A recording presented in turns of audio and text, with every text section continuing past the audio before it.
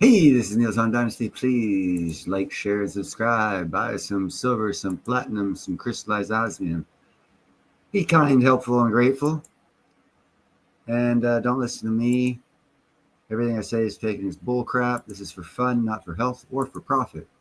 Had to get all that stuff out of the way because YouTube likes me so much. Let's see. Cool stuff. Cool stuff. Cool stuff. We're going to start off with gems we cannot own. Nah, we're going to start off with what happens when the sky starts falling. Here we go. Sky's going to start falling. Look at that beautiful star. That's Betelgeuse. This is Cosmic Prodigy, 112,000 subscribers. Scientists now believe Betelgeuse has consumed a companion star, making it look like a pre-supernova, which it is going to be a supernova very shortly. Within the next 1,000 years, we'll see the light of it. If it has not already exploded, which it probably has, that will change the zodiac as we know it, because Orion's Betelgeuse is part of Orion's shoulder, and Betelgeuse blowing up.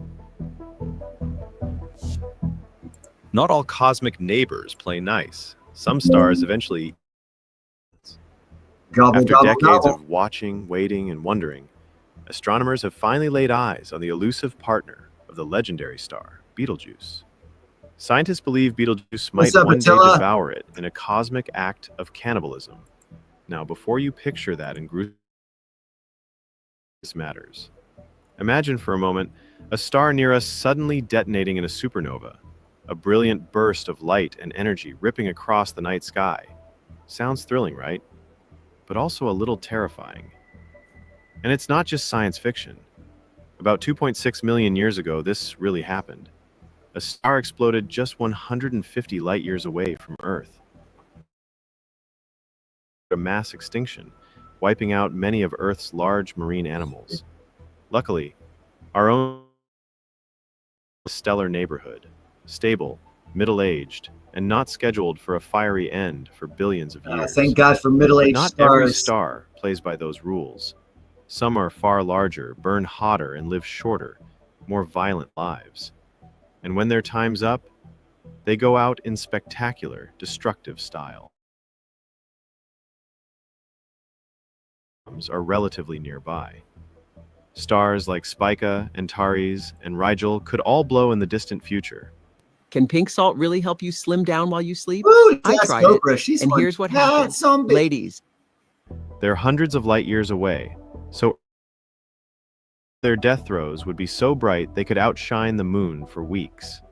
Among them, Betelgeuse is the drama queen of the cosmos. Drama This queen. hulking red supergiant in Orion Damn is around supergiant. 642 light years away, which means the light you see from it tonight left the star roughly 6 centuries ago. Okay, 600 We don't years. know its I thought it was exact 1,000. distance.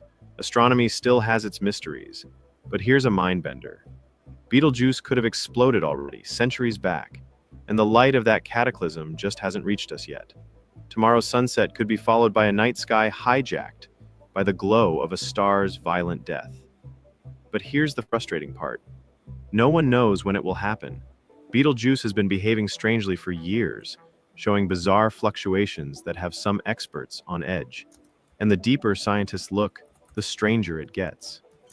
Recently, an advanced space observatory delivered a fresh, crystal-clear image of Betelgeuse, and it revealed something stunning.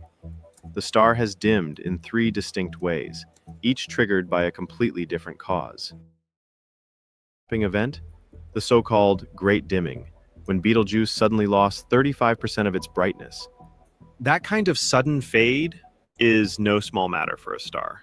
It's the kind of change that makes astronomers sit up and say, wait, something's seriously wrong here. Stars simply don't dim that much without a big reason. At first, it was pure mystery, an unsettling one. Data, scientists cracked the case. Betelgeuse had coughed out an enormous cloud of dust from its own surface. That dusty veil drifted across our line of sight, cooled, and blocked part of the star's glow. From Earth, Betelgeuse looked like it had lost a third of its brilliance almost overnight. But that's only one piece of the puzzle. The second dimming pattern is far more personal. Every 400 days, Betelgeuse's light subtly rises and falls, but because of something deep within. You see, red supergiants like Betelgeuse they expand and contract in slow, deliberate pulses, almost like a heartbeat you can't quite hear, but can still feel. With each rhythmic swell and shrink of its outer layers, the star's brightness shifts in a steady cycle. This 400-day pulse is essentially Betelgeuse's signature rhythm, and for astronomers, it's like listening to the drumbeat of the star's life. Sometimes, changes in this pulse can signal that a star is inching toward its grand finale, a supernova. On its own, this pulse doesn't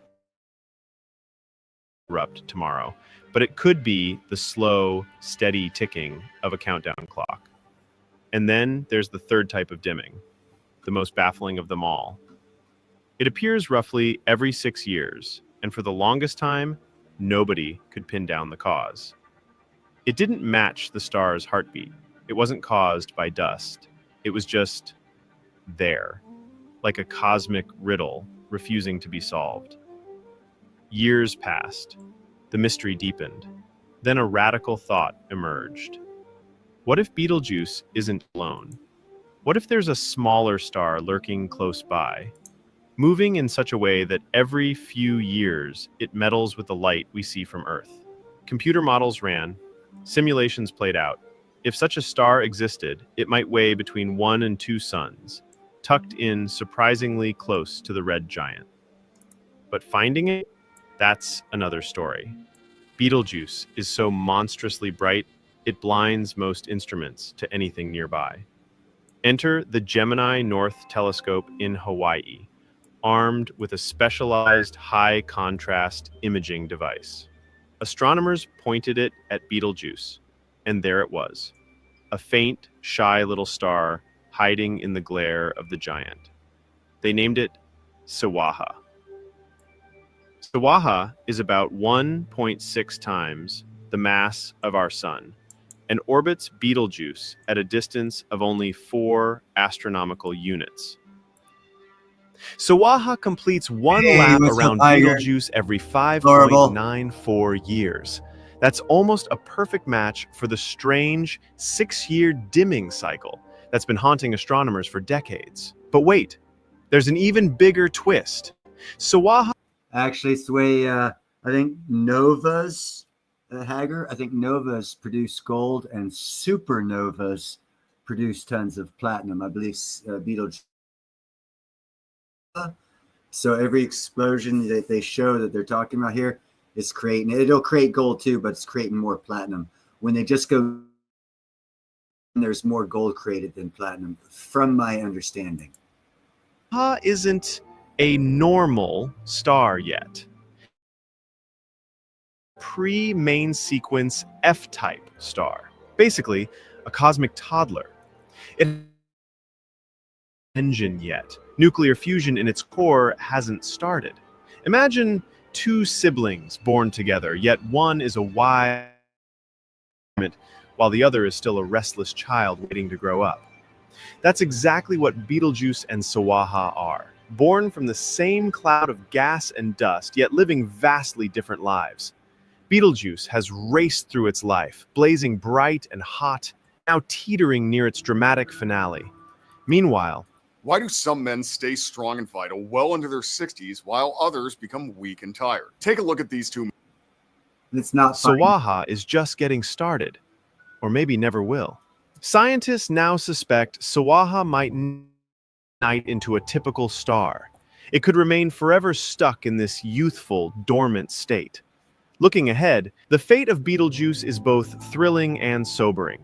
In the next 100,000 years or so, it will likely explode in a brilliant supernova, leaving behind a dense neutron star, a cosmic ghost of what once was. But before that dazzling end, something darker looms. Betelgeuse's immense gravity is expected to pull Sawaha ever closer, swallowing its smaller companion whole. Wah! This stellar act of canon 10 on the cosmic clock. But don't start tomorrow. Meanwhile, astronomers eagerly await November 2027, when Sawaha will swing out to its greatest distance, a clearer view of this strange celestial dance. As we continue to study this fascinating duo, our understanding of how massive stars live, evolve, and die deepens. Whether Betelgeuse's grand finale happens next week or millennia from now, one truth stands firm. This star is slowly, steadily marching toward its final act. Its companion discovered the story only gets richer, more complex, more captivating. That wraps up today's journey into the life and secrets of Betelgeuse and Sawaha. If you enjoyed this deep dive, drop your thoughts. Beetlejuice! Where Beetlejuice the movie, because they'll get me for a. Can't tell you about Beetlejuice the star.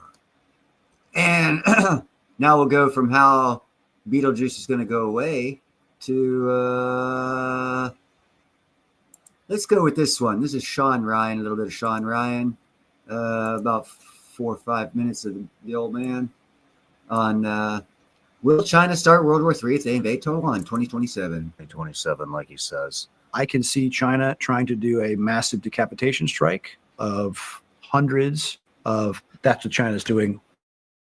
An exercise. It was called Straits Thunder. Why is it called Straits? Maybe it's because of the... There are no good beaches for amphibious assaults. China has been building these very long barges right out in the open. And I want to What's up, Tom? use this interview educate the audience, and not only the audience but myself on why Taiwan location and why it's so. Oh, by the way, I don't know, probably a year ago, on oxygen bombs, and oxygen bombs without any damage just cause small waves, tsunamis. They were made specifically to take out boats in the Taiwanese straits in that type of area, and we have a lot of them. So think about that when they talk about this. So important in the world. And when it comes, I did not realize how delicate that situation was due to its history with China. And I mean, I knew it's been terrifying to me to think that it will by 2027. If China does take Taiwan by what is our response now? How does China take it? They've been practicing, you're talking about one brigade, now 42 brigades. They have been practicing resupply, naval visit, whatever, cutting off the energy. And, basically, I can see them doing that kind of capitulation, or is there a way to break that siege with naval vessels or with subsurface resupply? Or I would argue that immediately there's a lot of other things that should happen to China's global supply. The gas pipelines flowing in from Kazakhstan, Turkmenistan, Burma, Eastern Mongolia, or Eastern Russia.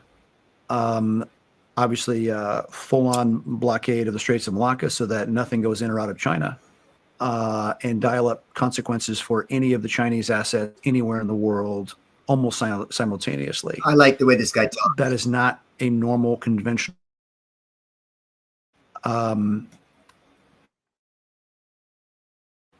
I can see China trying to do a massive decapitation strike of hundreds of helicopters flying into Taipei, seizing their White House, and trying to do it that way, on top of a quarantine. There's been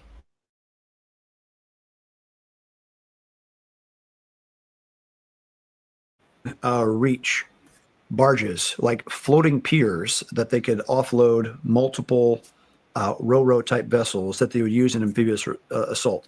There's an old frogman, he rest in peace. He surveyed all the beaches in Taiwan in 1959 as a Yeah, he UDP said, used to be. there are no good beaches for amphibious assault. So China barges right out in the open, able to, you can buy commercial imagery of them. Have There's you no seen these other pictures? there's no other earthly reason for those to exist other than to seize Taiwan. Full stop. Do you- So do you if we think- delude ourselves into thinking, wow, it's not going to happen, not going to happen, that is visual proof. It's almost like the mulberries that were used in Arromanches to build the portable harbor that we used in World War II at D-Day. That's what China's doing right now. Well, You last have month they satellite had an images of it. exercise. It was called Straits Thunder. Why is it called Straits? Maybe it's because of the Taiwan Strait. I mean, give me a break. I mean, it's obvious that they're planning for something and they want Taiwan. There is no place in my universe where China does not want to take Taiwan. I wish it weren't. Sean Ryan Show from. If you get anything out of this, please like, comment, subscribe, and everywhere you possibly can. Definitely share that everywhere you possibly can. And as far as that goes, Gerald, yes, I had to.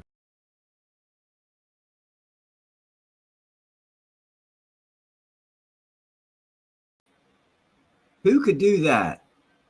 What kind of friend would make brownies, salivate for them, and then not send any to you in the mail? Reminds me of one thing my mom said. If you knock it here, I'm just kidding, obviously.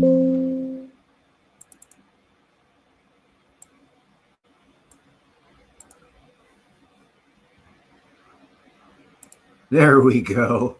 There's a cake for you. Okay, now let's get back to the show. Enough cake. We'll have ice cream next time. Goodbye. Let's see what the hell this is about. Goodbye, Visa and MasterCard. Euro explained. This is EU 1,000 subscribers. Goodbye, Visa and MasterCard. The digital euro explained. I have already spoken on China has a digital yuan, but it is actually a CDBC. It is failing big time. Part of the reason why their economy is collapsing. Let's see if Europe's going to follow suit. Sponsored by Plod. For a few months now, you might have been seeing the headlines about a digital euro, and you might be wondering, what the hell is it? Surely not the another heck type of is it? crypto, right? Don't worry, it's not. And although your daily life and how you pay may not be much affected, it could digital financial space. You see, major retailers, Aldi, Carrefour, H&M, IKEA, and big payment providers like Worldline and Nexi have asked the European Union to step in. Their message is that the current system is costing Europe money, privacy, and control. So how will things actually change with the digital euro? To make digital payments to bank account with a commercial bank like Santander or ING. This involves submitting documents like proof of identity, address, and sometimes income. By the way, I've never heard of either of those banks. Once approved, you get a debit card, typically from Visa or MasterCard. And when you tap that card at the local supermarket, it feels instant. But your bank isn't actually paying the store right away. Instead, the payment request goes through a private network like Visa, which talks to your bank to check your balance and approve the transaction. The actual money moves between banks much later, charging fees along the way. With the digital euro, things will work differently. You download an official euro app from the European Central Bank or licensed provider, and will go through a quick identity check. Once verified, your free digital euro wallet is ready to use. Think of the digital euro wallet like PayPal, a standalone app for holding and sending money. You can top it up from receive digital euros from others, or you can pay with it at your local supermarket. Just like today, you tap your phone and the payment goes direct. But unlike today, there's no Visa, no MasterCard, or private bank in the middle. And unlike PayPal, there's no private company involved at all. It's public money, backed by the ECB, like cash. But for financial stability, there will be a limit on how much digital euro any one person can hold. And more than this set limit. So basically, you can't save it. That right there is red flag number one. Would be able to do so by linking their digital wallet to their bank account. Now, before we get into whether the digital euro is actually a good idea, or if it risks drifting towards something more like China's authoritarian model, a quick word from our sponsor. At EU Made Simple, we're constantly on video calls with EU officials, journalists, sponsors, and our team across Europe. These calls are full of ideas, but remembering every single detail, that is hard. We used to scribble notes or stick post-its.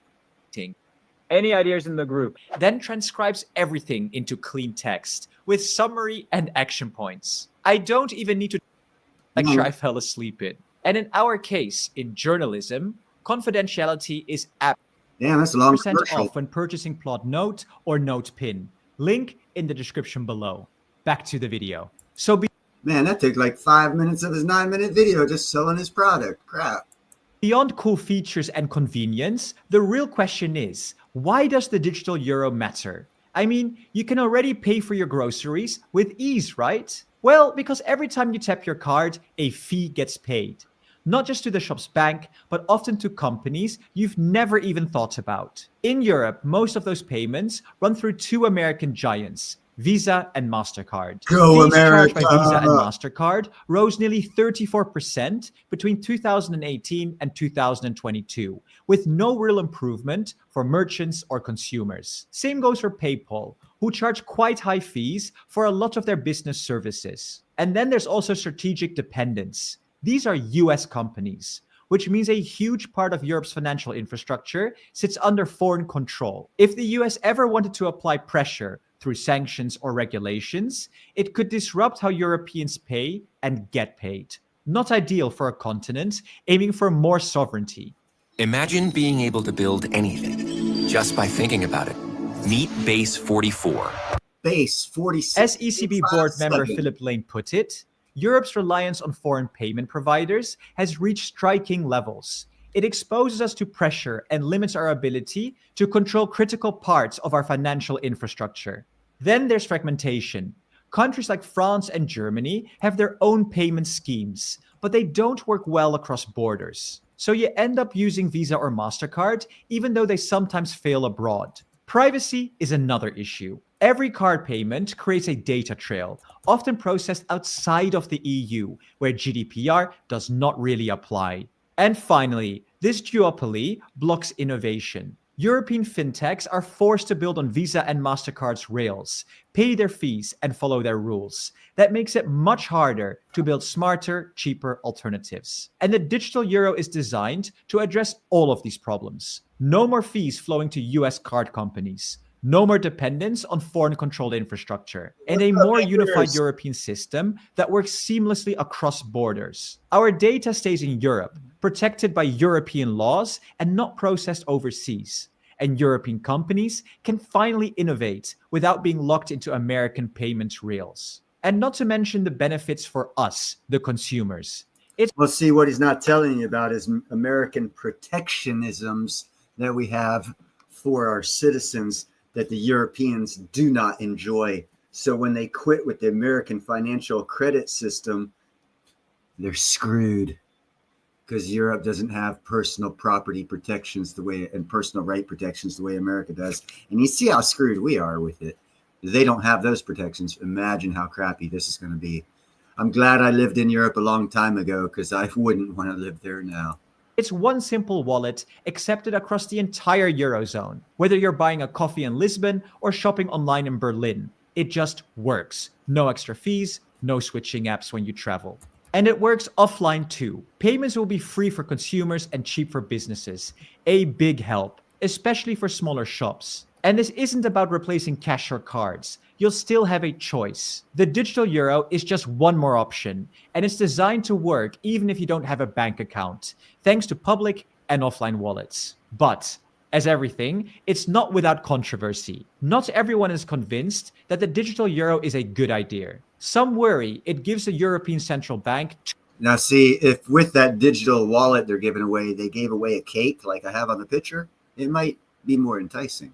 too much power, especially over our personal data. Even though the ECB promises strong privacy protections, critics fear it could one day be used to monitor how we spend or even limit what we spend our money on. Those fears are not helped by comparisons to China's digital yuan, which has already sparked global concerns. Unlike cash, the digital yuan is fully traceable, and critics argue it gives the Chinese state an unprecedented ability to track transactions and control financial behavior. Some worry that if Europe isn't careful, it could head down a similar path, even if the intention is different. Banks aren't thrilled either. If people move their savings into digital euro wallets, especially during times of crisis, it could destabilize the financial system. Some economists warn that this could trigger digital era bank runs. So when is the digital euro actually happening? The ECB started exploring it in 2021. 2 years later, in 2023, they entered the preparation phase, focusing on the tech, legal framework, and how it could work in practice. Right now, they're testing features like conditional payments and offline use, working with fintechs and payment providers across Europe. The key decision is expected later this year. That's when the ECB will decide whether to move ahead with potential rollout between 2027 and 2028, if it gets the political green light. So we're not quite there yet, but make sure to stay subscribed to not miss out on any news and updates. This is my opinion. The digital euro is a good step forward. It could help Europe build stronger financial tools, like EU-backed bonds, better tax coordination, and maybe even a real capital markets union, where money flows more easily across borders. And what I don't fully understand is the criticism from people who are worried about European control, but seem fine with handing their data to big tech companies in the US. Isn't European ownership with EU privacy laws a better deal? As long as the digital euro stays optional, and it absolutely should, people can make their own choices. But giving us that choice seems like a smart move. So, if it eventually does come along, I will definitely use it. Make sure you check out our Capital Markets Union video, linked right here. Or if you'd like to know more about Denmark and their approach to migration, see the video here. And to support us further, consider joining us on Patreon. Thank you so much to our presidents, Jan Schauke, Christian Peter, HBD, Daniel Unite Europe, Stefan, Mr. Probot, and Rashid. See you in the next video. No, we will not see you in the next video because my boy Haggard is being suppressed by YouTube with his comments. Yeah, it's happened to me a couple times, and it's my show. Imagine that. So obviously, it's not my show. All right, which one do you want to see? Let's bring in a comic that's a physicist named Sabine Hassenhoff. Nope, Hassenbaum. Hassenfeld. My bad. Top 10 Physics Paradox and Unsolved Problems by Sabine Hassenfeld. This lady is funny for being a physicist. Makes physicists physics interesting. This video because you can't sleep. I'm sure this is going to help. When I can't sleep, I like to go through some big physics problems. Some of those I've pushed around in my head for decades. And so here is my personal top 10 of physics paradoxes and unsolved problems, starting with 10 Boltzmann brains. The current theories of the universe say that in 10 to the 100 years or so, matter in the universe will be very thinly distributed and just clustered together by coincidence, like atoms moving around in a gas. But these like theories also say that the universe will continue for an eternity. And eternity is a very long time. In this time, it can happen just by chance that a few atoms assemble to a molecule. It's unlikely, but wait long enough and it will happen. Wait some more and you'll get a cell just by chance. Wait even more and you'll get an entire brain. In fact, your exact brain will appear at the end of the universe at some point, just by coincidence. And not just once, but infinitely often. What does this mean? I have no idea. 9. Why real numbers? According to physicists' best current theories, nature deep down is all quantum theory. Quantum theory is based on complex numbers, those with a real and an imaginary part that require using the square root of -1. Yet for some reason, everything we can observe is always a real number. I find this incredibly odd. Why is the observable world only based on real numbers? It's like quantum physics is locking away some part of physics from us.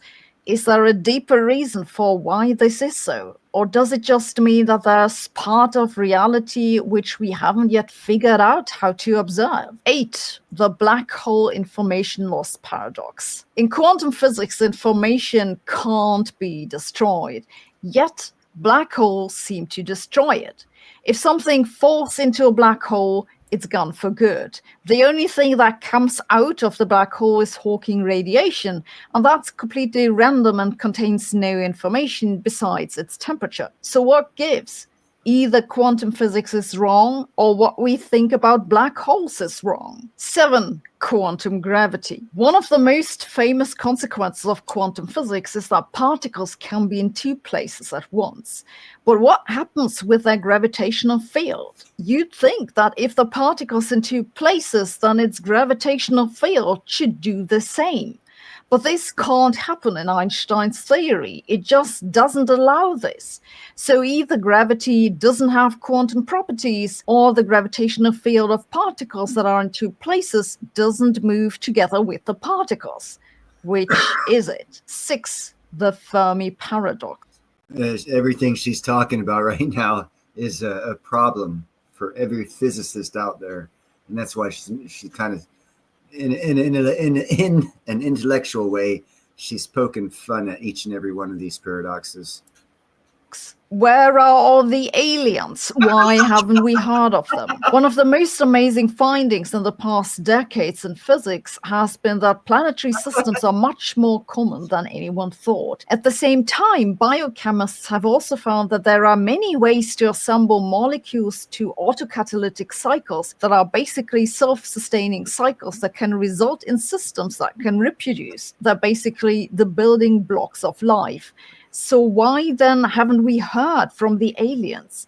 Are we just too unremarkable because the universe is so full of life? Are they lurking around and observing us? Or are they waiting for us to develop the right technology and make contact first? 5. Complexity and emergence. This is very closely related to the previous one. It seems like complexity in the universe grows. We get more structures, reproducing structures, life, reaction videos on YouTube. But just exactly what is complexity and why do the laws of nature give rise to it? Complexity is closely linked to emergence, the appearance of new features and functions. But in both cases, we have no good formal definition and no idea just why the universe would be the way that it is. I believe that solving this physics problem is a precondition for understanding consciousness. 4.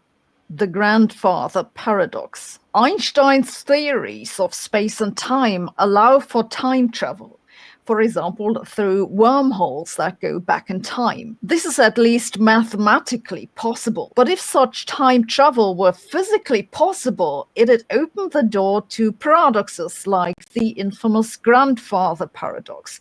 What if you go back in time and kill your grandfather, accidentally, I hope, so that you're never born and can't go back in time? Just what exactly prevents this from happening? Or why is time travel not possible? Or is it, and we just haven't figured out how? Ready to lose the hat and regrow the hair? I have my own With thoughts sprays on by that one. Hims, you can regain your hair. This question is closely related to 3, the arrow of time. The fundamental laws of nature that physicists have discovered so far work forward in time the same as backward in time. Yet in our everyday life, forward in time and backward in time can be clearly distinguished. Physicists will usually explain this is because for whatever reason our universe started out in a state of very low entropy, and ever since then entropy has just increased. However, I don't think this explanation works because entropy itself is not cleanly defined. It always depends on arbitrary choices. Fundamentally, the entropy of the universe was 0 at the beginning, and it's still 0 today. This means that entropy increase is just a different name we've given to the same observation, namely that time has a direction. Some have tried to explain it with the measurement process in quantum physics, but we don't understand how that works either, which brings me to 2. Schrödinger's cat. Erwin Schrödinger's thought experiment about the dead and alive cat illustrates an absurd consequence of quantum physics. I love how she says German names like Einstein. I love how she speaks. Is that its effects don't stay confined to microscopic scales, but they'll inevitably spill over into the macroscopic range that we can observe every day. In Schrödinger's thought experiment, an atom that both decays and not, both releases a poison and not, which both kills the cat. Observe this in reality, but why not? Clearly, the quantum behavior goes away at some point, but what is it that makes? Is it its mass, it's the gravitational self-energy, or something? I think it's the smell of the object. Something else entirely. And finally, my personal favorite one, the transporter paradox. That's the question of whether Kirk dies when he goes through the transporter. Yes, I think it's really a physics question. You see, according to physics, if you knew the positions of all the atoms in Kirk's body and their motion, you could scan that information, disassemble Kirk into atoms, beam, reassemble them in principle. Atoms are all alike. Why send the atoms? You can just send the information and reassemble Kirk from other atoms. But is this then the same Kirk? Or did you kill Kirk and now you have a copy? Quantum physics tells you that you can't make an exact copy of any state without destroying the original. It doesn't really answer the question of what happens internally. What's his experience? Does he die or not? I've been thinking about this for 30 years. Sleep well. But more seriously, science isn't just good for helping you fall asleep. I believe that scientific thinking is generally good for problem-solving skills. And the best place to systematically build up these skills is with Brilliant, who've been sponsoring this video. Yep. And not let them tell us about it. We're going to look at cake. You want to know why? Because it's much nicer to look at. Different types of cake. I have. Oh, let's see. That one.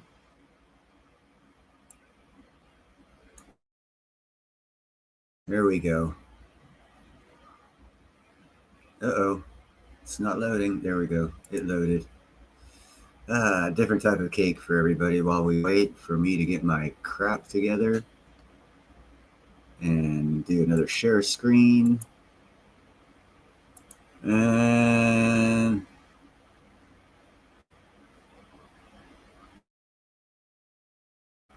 okay, we're going to go into religion because it's such a cool topic and no one agrees. So it's cool. This is John 4:16, 10,400 subscribers. Who are the hostile? Dun, dun, dun. Let's see what the hell he's talking about. different characters, if you will, emerge from that. And this one at Babel is the third of three that are really What's up, Silver? again, in the biblical worldview. And these aren't demons.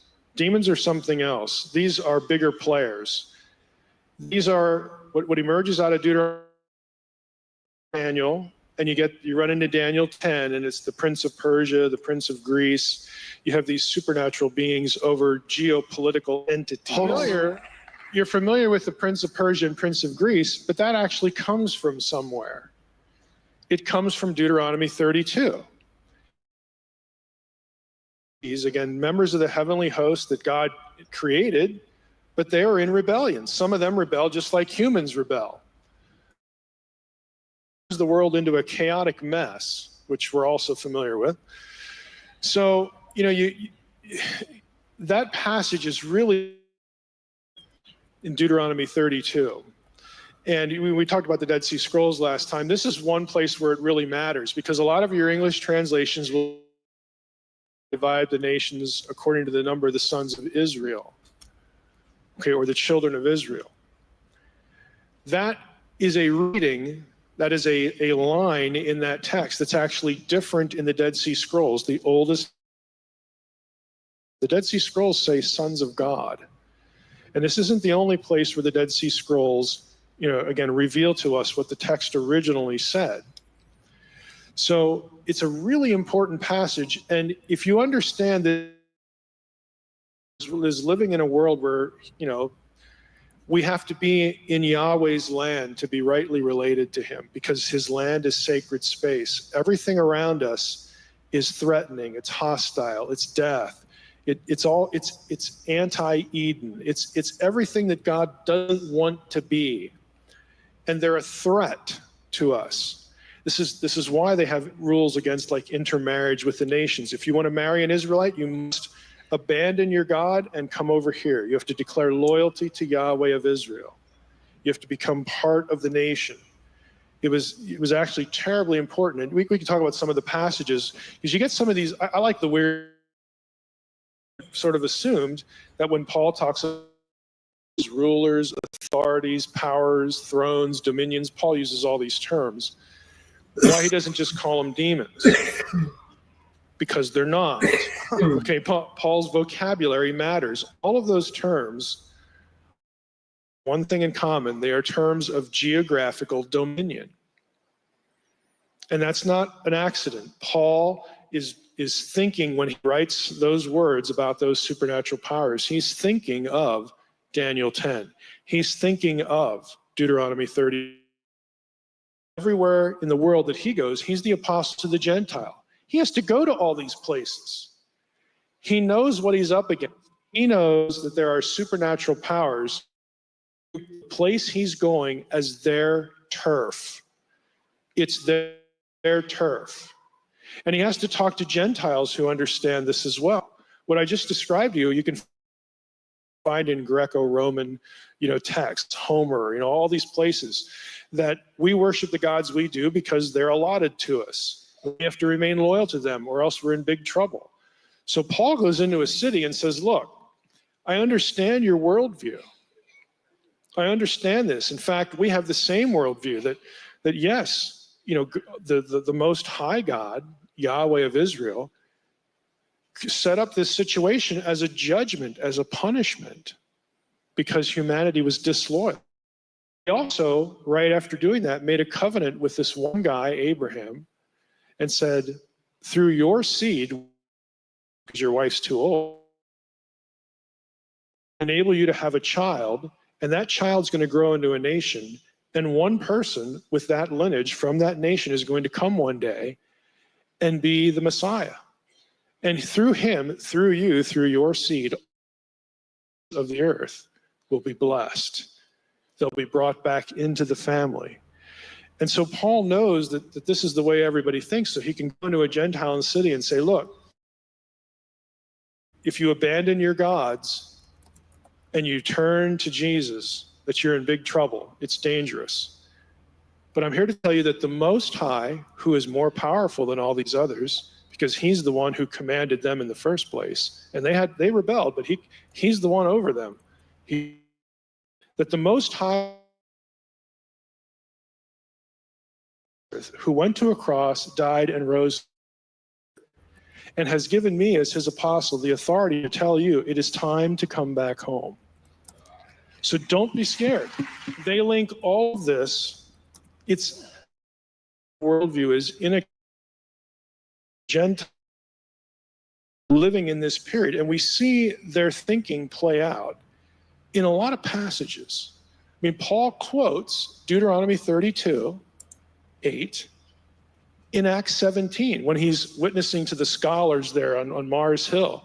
And he actually says, well, the Lord did this as a precursor to Jesus. If you don't have the worldview in your head that I just described, that somehow we're judged as humanity, we were disloyal to God and he divided us and now we're separated from God, but God started this new family, Israel, and then through one of them, we're going to be allowed back in. Then what Paul says there doesn't mean anything to you. It's something to do with God bringing the nations back into the family. They were not divorced and disinherited permanently. God still loved them. And so it is time to come. You have every right. God not only wants it, but he insists on it because you belong to him. Yeah. This is why Scripture, Paul again, he links the return of the Lord with the fullness of the Gentiles being brought in. When the fullness of the Gentiles is brought back into the family of God, Israel's time of hardening will be over. Israel will be restored and all Israel will be saved, and then the Lord will come. It's the Great Commission. It's the fulfillment of the Great Commission. What does Jesus say? Is given to me in earth. I am not just the Messiah of the Jew. Okay, I am here to redeem and claim every last inch of all the turf of this entire world. And so he says, go into the world, go to the nations, and make disciples from every nation. There's a logic behind it. There's a worldview behind it. And it's just all over Old and New Testament, this thinking. Yeah. So Deuteronomy 32:8, again, in some Hebrew manuscripts, sons of Israel, why would God divide the nations at Babel according to the number of the sons of Israel? There was no Israel. It didn't exist. It's the sons of God. That explains basically the rest of the Bible, the rest of the Old Testament. This is how we get rivals to the true God. Well, if there was no Israel and they used the word sons of Israel, wouldn't that make God's name Israel? Series plural to the true God. What's up, Hunter? That's why we get these pantheons that there's just constant friction between the Israelites in a true way and being seduced into these other pantheons. But there are any number of I did some of my favorites yesterday. You all know the story of when the Ark of the Covenant is taken out to battle against the Philistines. This is 1 Samuel. The Philistines capture the Ark. Okay, so what do they do with the Ark? They take the Ark to the Temple of Dagon, and we teach this in Sunday school because it's funny. Okay, and it is funny, I'll admit that. They take the Ark of the Covenant to the Temple of Dagon, and then they come back the next day, and Dagon's flat on his.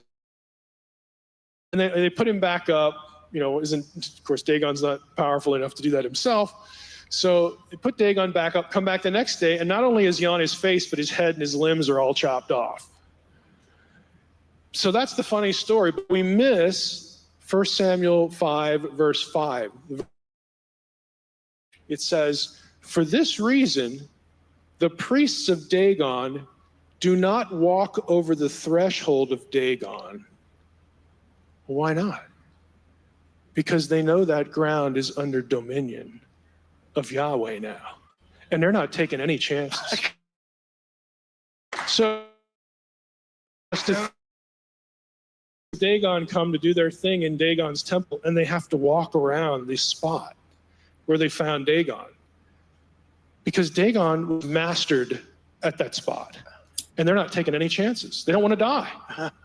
You get to Naaman, again, another story that we know really well. Naaman the leper, big guy in Syria, important guy, captain, commander of the army.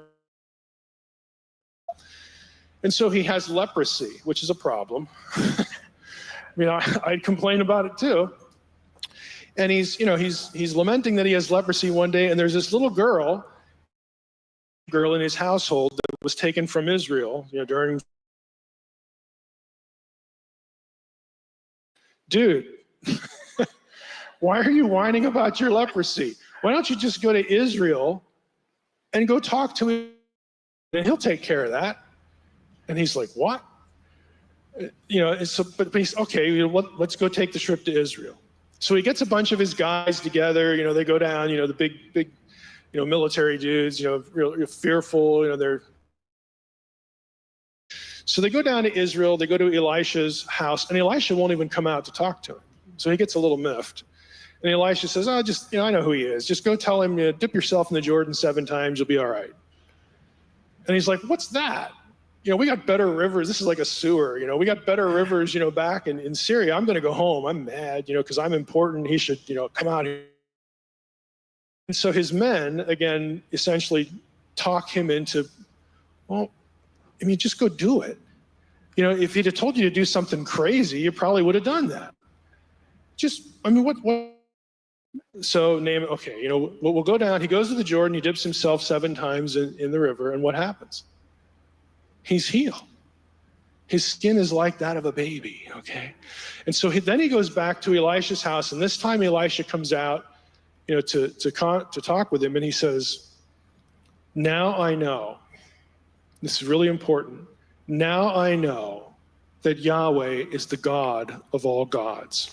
Yeah. And I will worship and sacrifice to no other." Again, we know the story. Here's the kicker. What does he ask Elisha to take back home with him? Dirt. Naaman asked Elisha to load his mules with dirt. And he tries to explain a little bit. He says, "Look, part of my job, I have to go into the temple of Ramon, and I got to take the king with." This is why I always say in the Ninjas chat and other chats, America. It's the soil. I have also mentioned that the northwest part of Scotland is part of the North American continental shelf from Loch Ness and the rivers leading into and out of Loch Ness, northwest continental shelf, southeast of it, European continental shelf. Soil is important. Bows, I kind of sort of have to bow because I got to hold the king's arm because he's kind of old and frail. He wants Elisha to know that he's not worshiping Ramon anymore. He wants dirt so that he can either put it out at his house, do his sacrifices on dirt, maybe take some with him into the temple of Ramon for protection. Okay, he asked for dirt because it's cosmic geography in their minds. Okay, if I'm worshiping Yahweh, I ashes to ashes, dust to dust. need to be in Yahweh's land. I need dirt because it's associated with the presence of Yahweh. So think about Naaman. He's an important guy. It's interesting. When Jesus has a confrontation with, Jesus uses 2 people as examples of faith, believing loyalty from the Old Testament. Does he pick Abraham? No. Does he pick Moses? No. David? No. He picks Naaman the leper, the Syrian guy, and they're both pagans. Naaman isn't going home and, he's never going to observe Sabbath. He doesn't have a Bible. He's never going to go to the festivals. He's not going to do any of the stuff that the Pharisees think earns you salvation, gives you brownie points before God. Look at this guy. He didn't have anything, one point of theology. I know now that Yahweh is the God of all gods, and I will sacrifice to no other. That's his theology. And Elisha's like, sure, take all you can carry, go ahead. And the widow of Zarephath, what does she do? She gives a home to the prophet, to Elijah. Well, why is that significant? Because she lives at ground zero of Baal worship. She turns her back on Baal. I mean, if you were a Baal worshiper, what would you do with the prophet? You'd turn him in. You'd hand him over to the king. She doesn't do that. This guy, Jesus says, look, if that's good enough for God, these two pagans who frankly are more loyal to God than you guys are, that ought to be enough. So again, but it's cosmic geographical stuff. Nobody likes a cracked windshield. What was that? No. But you can go to safelight.com and get it fixed now and free. Don't wait. Get it fixed now and pay later at safelight.com. Safelite, like replace.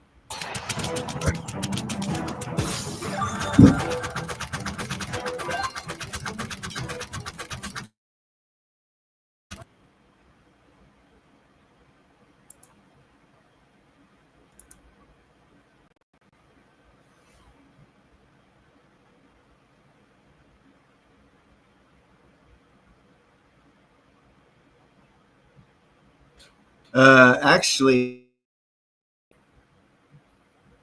your stuff. There's this thing called the Hadrian Wall. They've already done what they can do with Scotland. There's no way you can take Scotland. Every empire in the world's tried. Cannot be done. Let's go to, since we're talking, this is the House of Gems, 10,000, almost 11,000 subscribers. Why the world can't own these jewels? Persian Vault. So obviously the jewels, Persian Vault. Step inside a vault of legends. The Iran National Jewels Museum, nestled within the Central Bank of Tehran, contains a collection of the most valuable and precious jewels, not only in the country, but also in the world. Inside lies a dazzling array of royal heirlooms, ceremonial objects and crown jewels that once graced the Persian monarchy. The world's largest spinel, the 500-carat Sumerian spinel, the famed pink table diamond, and the most valuable jeweled box in history, inlaid with 92 emeralds, including a central 35-carat octagonal stone. That is gorgeous. The 74.53-carat fancy yellow diamond once owned by Ahmad Shah Qajar sold at auction for $2.9 million, setting a global record. As early as 56 years ago, Tiffany's jewellery expert told the Canadian Star, "British royal jewellery is eye-catching, but the Iranian royal collection is legendary, magnificent and exquisite in both quality and quantity. From bejewelled goblets to the legendary peacock throne, today we uncover the most majestic jewels of Persia, treasures so rare they defy value."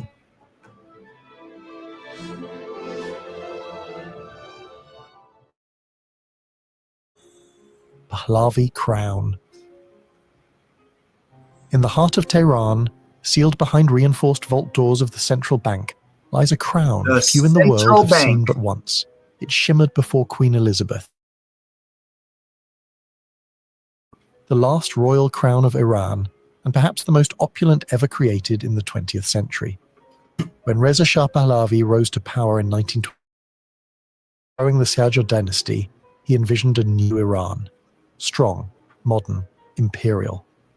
For his coronation in 1926, he demanded a new crown, one that drew from the glories of ancient Persia, particularly the Sasanian Empire, whose rulers wore high, battlement-like headpieces symbolizing military might.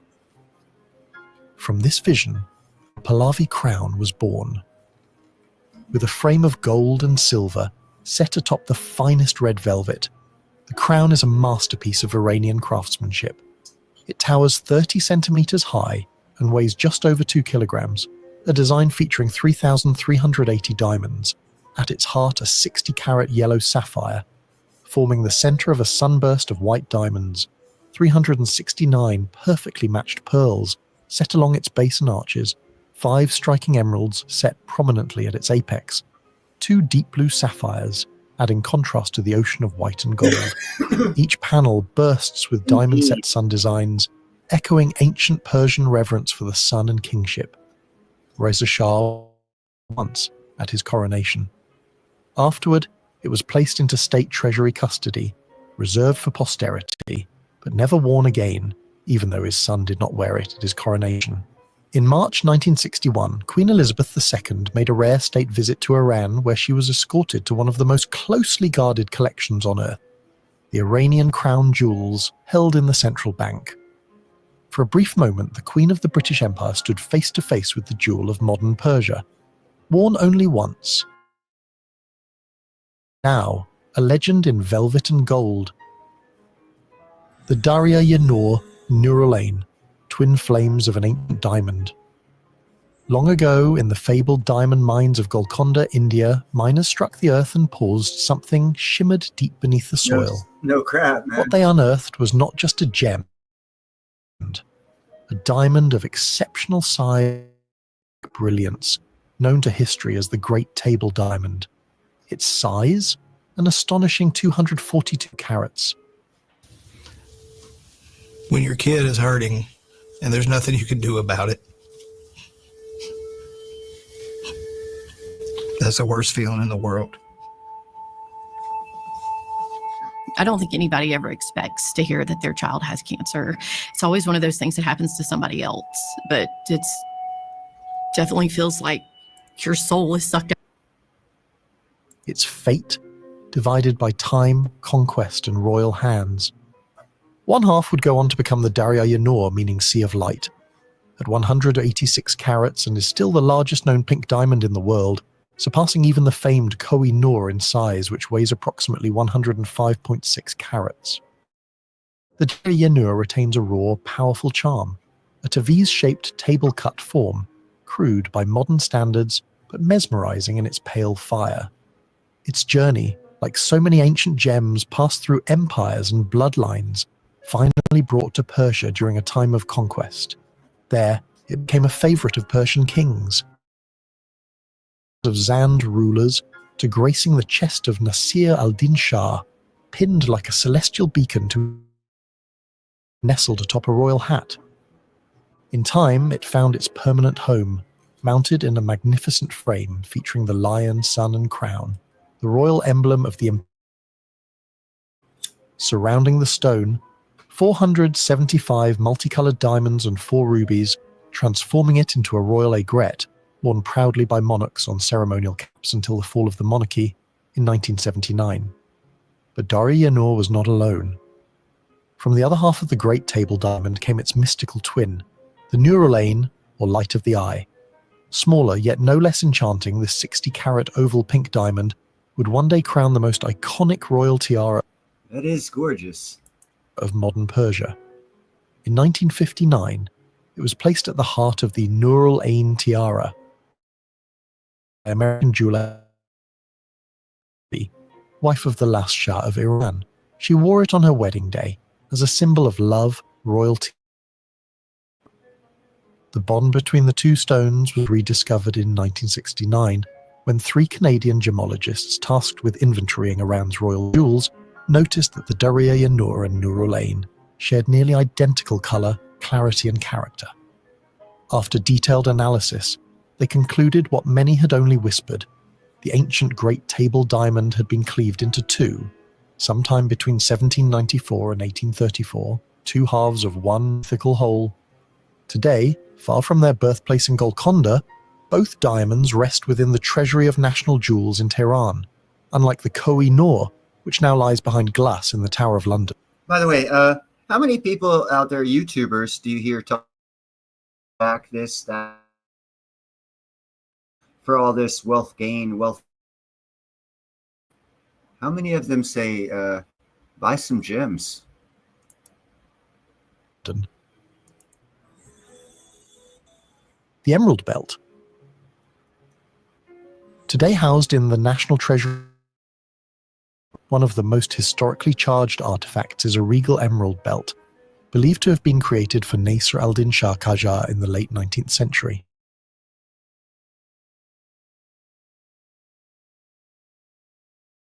Old and stretching 119 centimeters, the belt was tailored for a monarch, its dimensions fit for a king who reveled in opulence. The centerpiece of the belt is a magnificent oval emerald surrounded by shimmering diamonds, estimated to weigh 175 carats and measuring nearly 5 centimeters in height. It commands. Even more intriguing gem on the belt is a heart-shaped emerald set in a diamond-encrusted gold mount. Some scholars speculate this emerald might be the same one described by Sir Thomas Roe, the English ambassador to the Mughal court, who in 1616 described Emperor Jahangir adorned. While Reza Shah Pahlavi wore the emerald buckle in its traditional form, it was later put onto a newly fashioned belt for the coronation of Muhammad Reza Shah in 1967, signifying the belt's transformation across dynasties. Another astounding piece of royal art from the Qajar era is the emerald-studded globe, commissioned by Nasr al-Din Shah in 1869, who had so many loose gems he was afraid of losing them. In an iconic photograph, a symbolic gesture of dominion over this extraordinary crafted from 75 pounds of pure gold and encrusted with over 51,000 gemstones. The artistic symbolism of the globe is as breathtaking as its craftsmanship. The oceans shimmer with large emeralds, 175 carats, while the land masses are formed from oval rubies ranging from 50 to 75 carats. For regions of particular significance, Iran, Great Britain, adorned with 15-carat diamonds, giving them a luminous distinction. Meanwhile, the continent of Africa south of the Sahara, along with part of Egypt, glows in deep hues of blue sapphires, each averaging 35 carats, adding a rich contrast to the jeweled map of the world. This gem-laden globe is one of the heaviest and most opulent handcrafted objects in the Iranian crown jewels. I started All Nation Restoration to help people chase for business. Just because it's a 15-second commercial doesn't mean we have to hear this crap. This Charmin Ultra Soft But we want to Smooth hear Tear about has this. wavy Charmin! edges. It's no or. The Kiani crown. What's up, Mo? Hey, you want that hat? The Kiani crown stands it's as a a crown, my breathtaking bad. symbol of royal authority in Persian artistry. Commissioned by Fath Ali Shah, the second monarch, became the official coronation crown of the Qajar kings, gracing the heads of 6 rulers over a span of 128 years. One notable wearer was Muzaffar ud-Din Shah, captured in regal portraits crowned with this very masterpiece. The crown's construction is as rich as its history. Made from crimson red velvet, it is encrusted with an astonishing 1,800 small pearls, around 300 emeralds, the largest of which is a vivid 80-carat stone, and 1,800 rubies and spinels, with standout gems weighing as much as 120 carats. The largest diamond on the crown sparkles at 23. Even after the fall of the Qajar dynasty, the Kiani crown maintained its ceremonial prestige. Reza Shah Pahlavi, founder of the Pahlavi dynasty, had a new crown made for his coronation in 1926, but the Kiani crown remained on display as a nod to the past. In many depictions, the crown, though historical evidence shows that an earlier emerald and ruby aigrette was often worn in place of the current one. This 19th century ornament was a true spectacle in itself. It featured 2 large oval emeralds, each around 55 carats, in a vivid blue-green hue. These were accompanied by 2 stunning deep red spinels, at 65 clarity and depth. The aigrette also held a 16-carat pale yellow brilliant cut diamond, flanked by 2 double rose-cut colorless diamonds weighing 22 and 25 carats, along with numerous step-cut and cabochon rubies set at the base of the feathers. In another striking Shah miniatures continues the same opulent tradition. Once, all red gemstones were simply classified as rubies, until Iranian gemologists became the first to distinguish between ruby and spinel, a breakthrough that changed gemology forever. This remarkable raspberry red spinels, most notably a 50-carat and a 30-carat stone that form the prominent central crest. Additional spinels ranging between carats, cut in step and pavilion styles, are symmetrically arranged across the piece.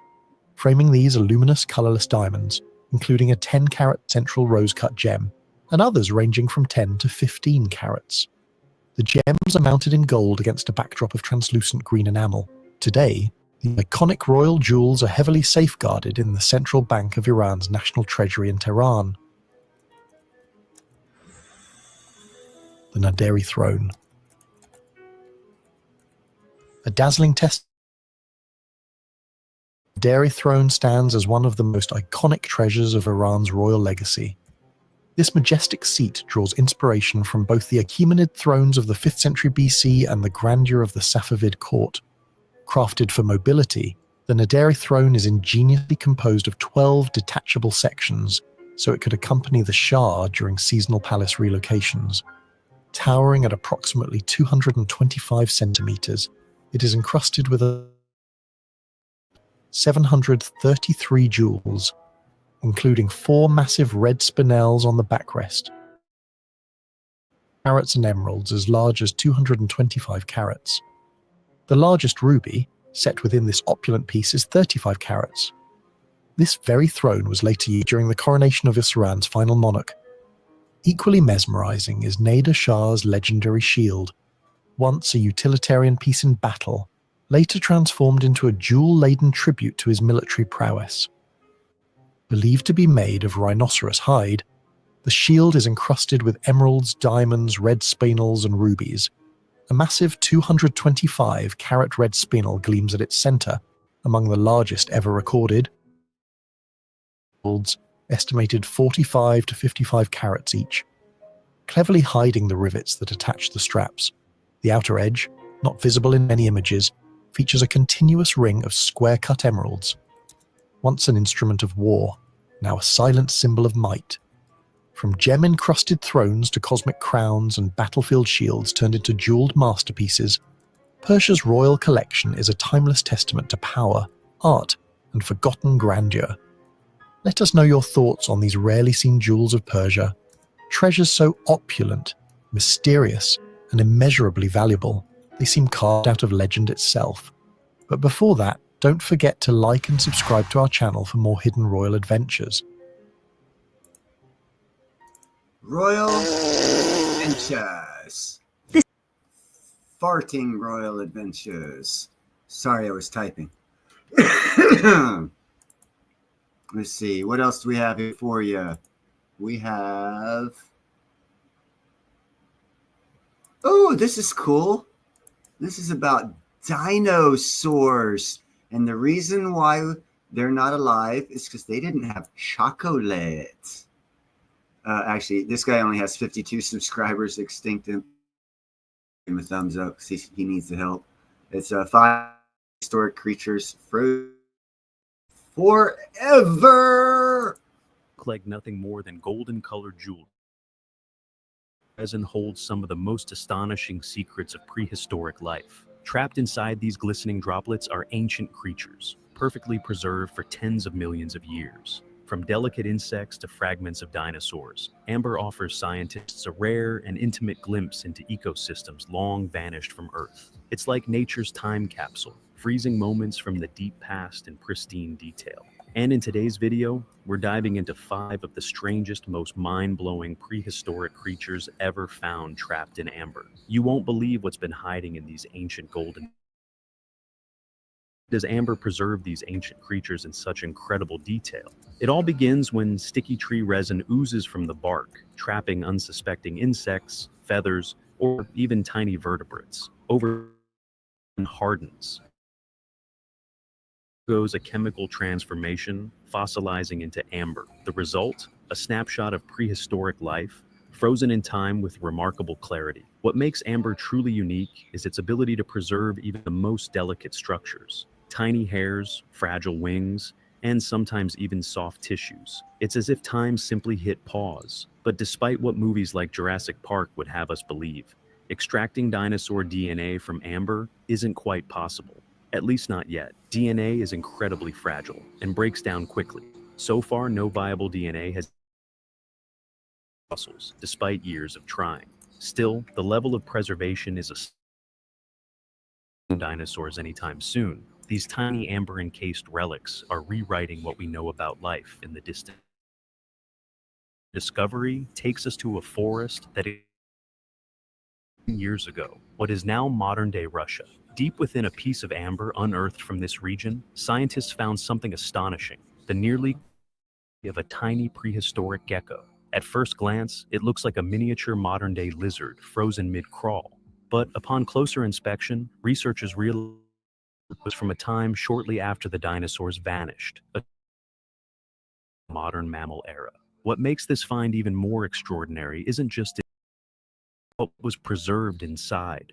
Using advanced imaging techniques, scientists detected remnants of ancient proteins still embedded in the gecko's soft tissues. That's right, molecular traces survived tens of millions of years, providing insights into its biology and evolutionary lineage. The skin, scales, and even internal structures were so well preserved that scientists could study its anatomy in exquisite detail, right down to the pads on its toes that helped it cling to tree bark. This tiny gecko, frozen in amber, gives us a rare window into the lives of small vertebrates that once scurried through lush, ancient forests. And this is just the beginning. In 2016, a discovery shocked the paleontology world, and it came in the form of a small, delicate piece of amber found in Myanmar. Trapped inside was something that seemed almost too good to be true, the perfectly preserved, feather-covered tail of a young dinosaur.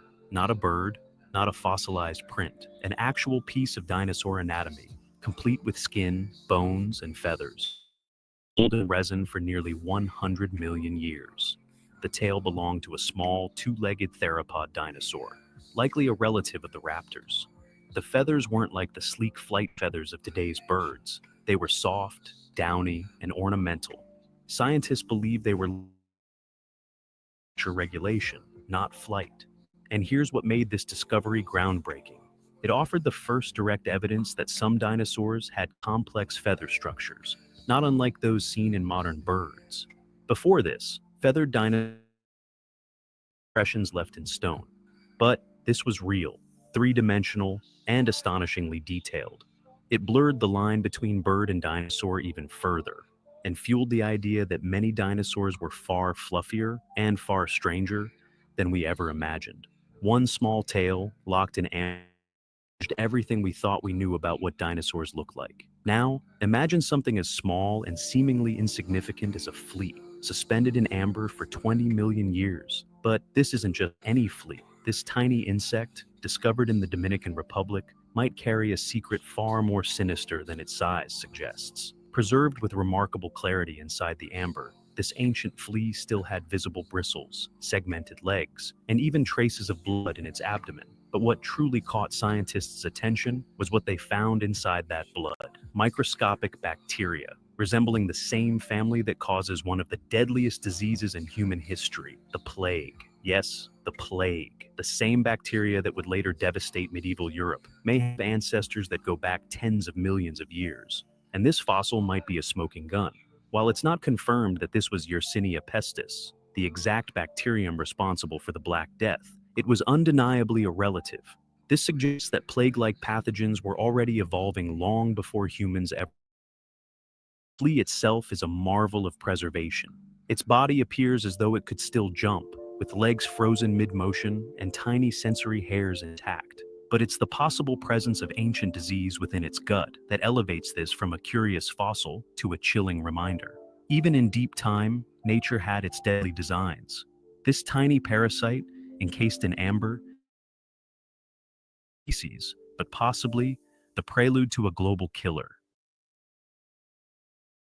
Like this. Introducing the Old Spice NFL collection. Try again.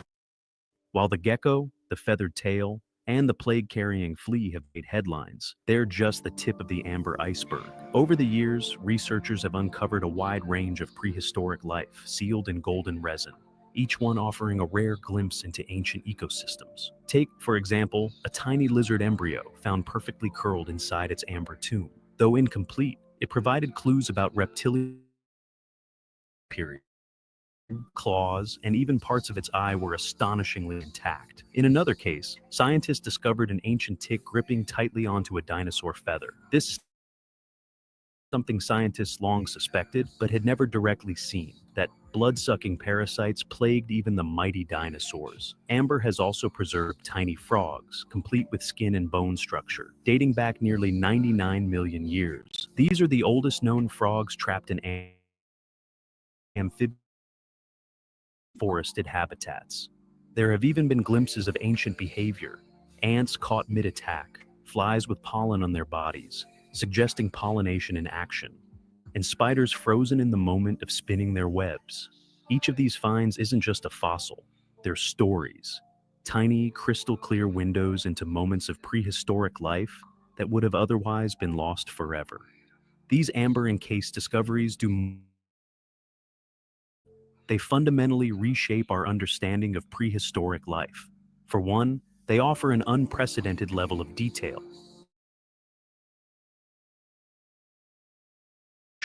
But amber preserves the soft tissues, colors, and behaviors that bones can't.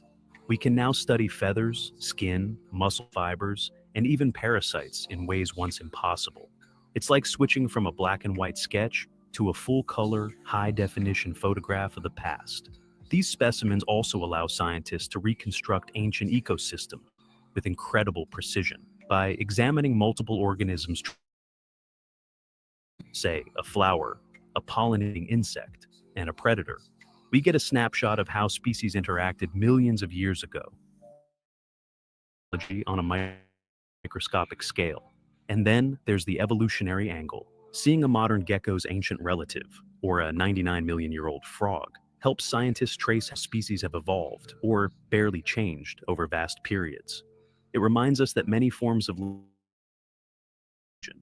But perhaps most importantly, these discoveries show us just how much we still don't know. Every creature trapped in amber is a reminder that Earth's story is still unfolding, layer by layer. Who knows what lies sealed in the next golden drop? Amber isn't just a beautiful gemstone.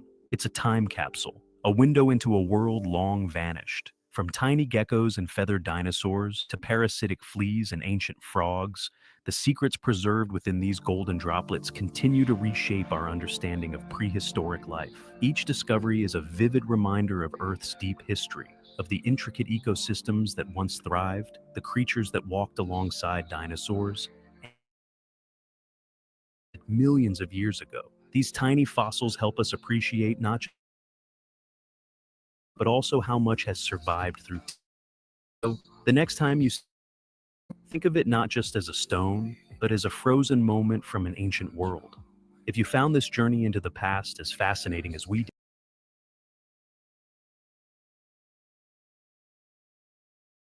did, dagnabbit.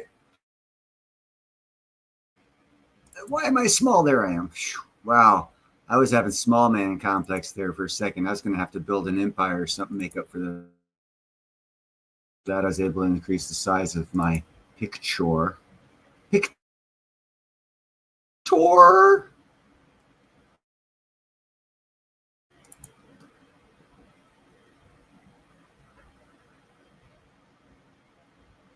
Mo Silver, I am sure.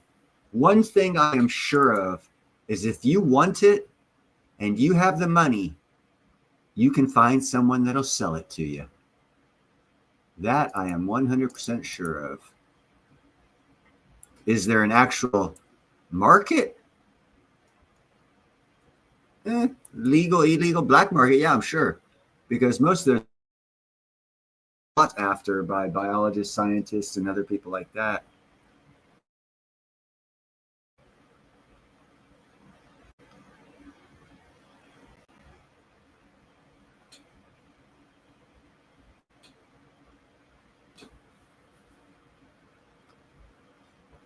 What are you guys talking about in signed language?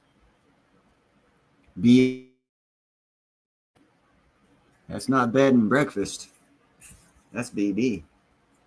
Bed and breakfast, yeah.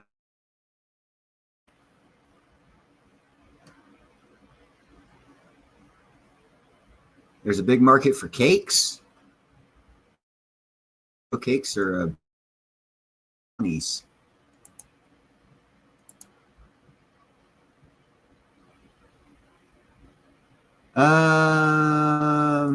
Let's see. Have y'all ever heard me say by the end of Q3, we'll see, certain people will see the light at the end of the tunnel?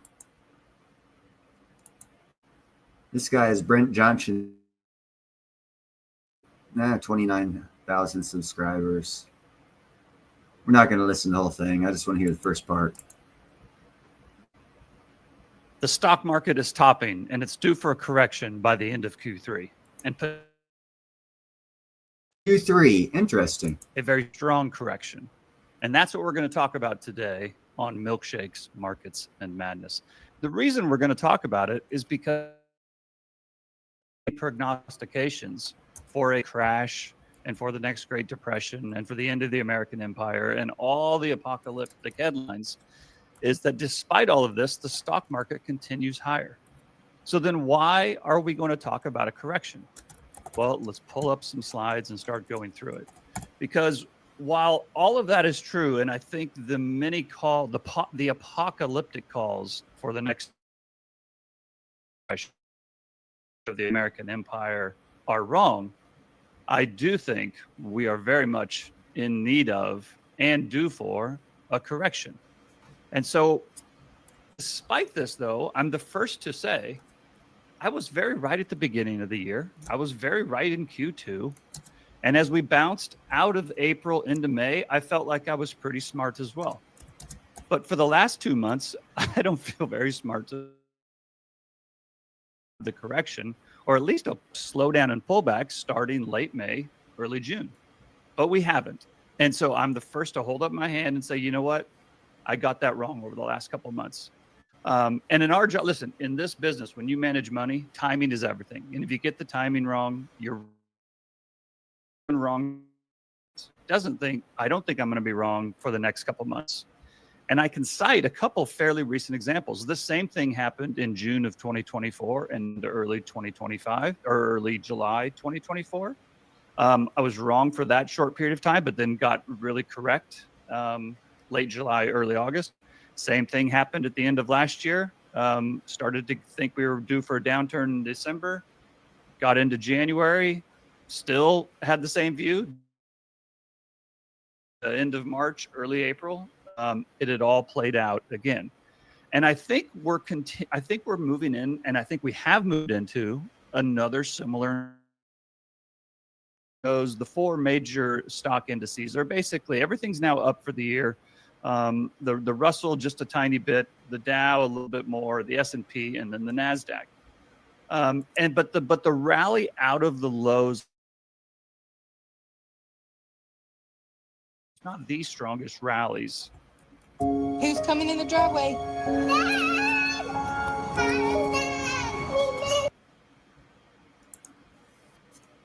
Out of a bottom of all time. And we have a number of reasons why this, as the headlines state, we just continue to make new highs day after day, even when inflationary data that comes out that in many ways should push the market lower, it continues higher. We've got the Treasury Secretary out there with basically, gold's at its all-time high, stocks are at its all-time high, Bitcoin's at its all-time high. Asset prices have done really well. Real estate is still high. He's calling for 150 basis point cuts. So if we get that, maybe that sends stocks higher as well. And we've got, BlackRock's Rick Rieder, who's kind of this legendary investment. This is one of the greatest investment environments he's ever seen. That means sell or run to the hills. With all of that going on, why have I gone on to 4 different podcasts in the last week and said, we're going to get a market correction? First, make predictions. And if you do make predictions, you should certainly never put a time frame on it. So I seem to have broken both of those rules once again. And here's the reason. Just think that we have gotten way ahead of ourselves.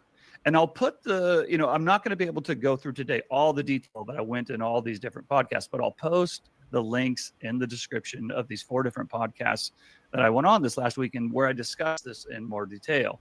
First, it was with Tom Luongo on his Gold, Goats, and Guns podcast. Then it was Adam Taggart and Thoughtful Money, Forward Guidance, and then Trevor Hall with Mining Stock Daily. And I had fun with all of those conversations. Chance to go check those out. And what we really did there is we really kind of summarized a lot of the stuff that I talk about and that I write about on our research site. So if you like this channel, and you haven't hit subscribe yet, please subscribe. If you like what we talk about on a weekly basis, but you want a little bit more in depth, please go over to research.santiagocapital.com. Yeah, he's selling himself now. I don't care to listen to people sell themselves when I'm trying to sell Mo Silver's cake recipe. Let's see, what else do I have here?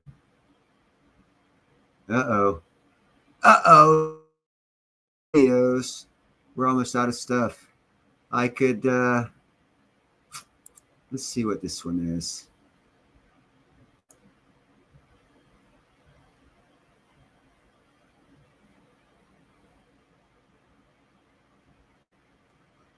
Nah, I'm not going to do that one.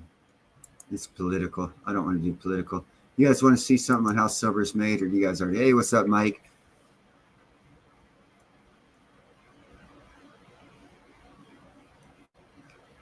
I'm about to end the stream because I ain't got nothing else to show y'all except for made. I went through all the other interesting stuff already. Keep yourself well informed of everything going on. Keep your eye on platinum.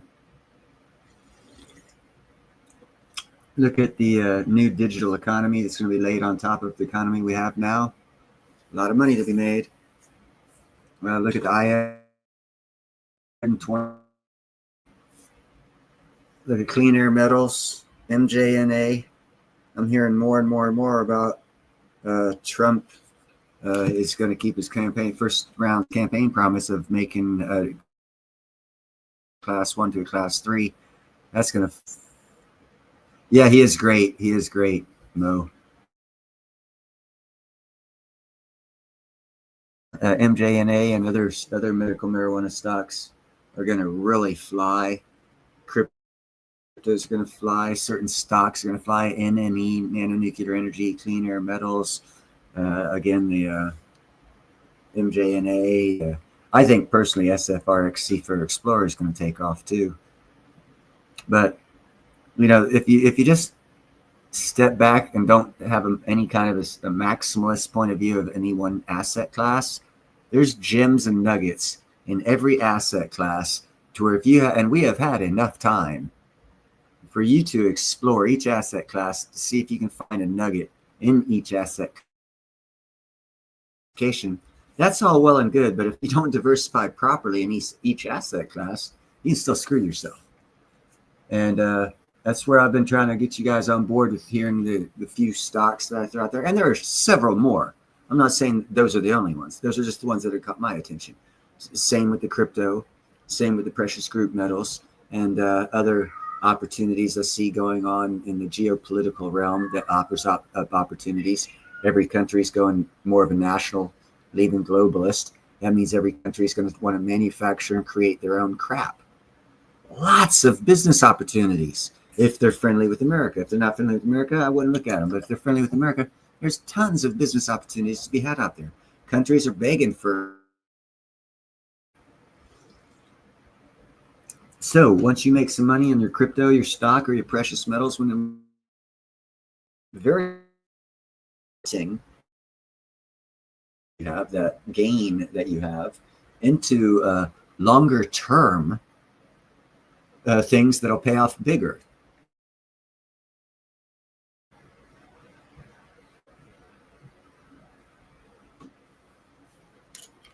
Yeah, basically, but you got to do your own research. That's one reason why I throw out certain ones, so for you can just start a starting point for your own, because everyone has different, desires, likes, whatever. I'm sure there's going to be a revolution in cake making, and some company's going to make a lot of money in that. I haven't researched it, so I don't know. What's brought to my freaky days, I research, I find stuff out, and that's what I bring to y'all. If y'all bring to me some other information that I check out, but mostly it's just things that have been brought to my attention that I find unique. I'm wanting a 6-pack of different types of cake.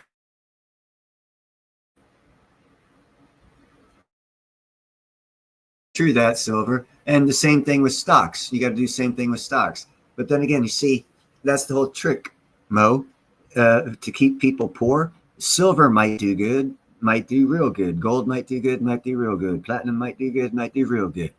All the other asset classes might do the same. If you're involved in the other asset classes, you'll actually have an opportunity to get more gold and silver and platinum through the gains, whether it's a fake system, a game, or whatever. If you ride the waves of the cycles that are coming in right now or fixing to come in, you can jump asset classes with the profit margins that you make on gains in other asset classes and roll it over asset class to asset class if you're not closed-minded to being able to make money. And right now, the cycles are ramming up back to back to back. It's a very unique opportunity to ride several different ways. Take $100 and make it $100,000 by the end of the year, most likely, easily by spring. Life-changing opportunities if played properly. We've had plenty of time. Ninja, Economic Ninja's got some good stuff going on. Yeah, he's selling his own product, but he's also informing people on how things are played. And that's a very important thing. Very important, actually. That's how the way he's telling people is the way you actually do it in the crypto market. He also talks about gold, silver, precious metals. He's bought some crystallized. Talking about that. It's just the cycles, right? Platinum. The cycles are not stocks. They're not real estate. So he's talking about crypto. And that's what I'm talking about when I say the cycles, because they're going to roll. And that's wants to have people jump from asset class to asset class, taking the profit with them, reinvesting profit, not the original investment, pulling your original investment back out and working solely off profit, showing people how to really make life-changing money in these interesting cycle time. Lots of cycles are ending and restarting.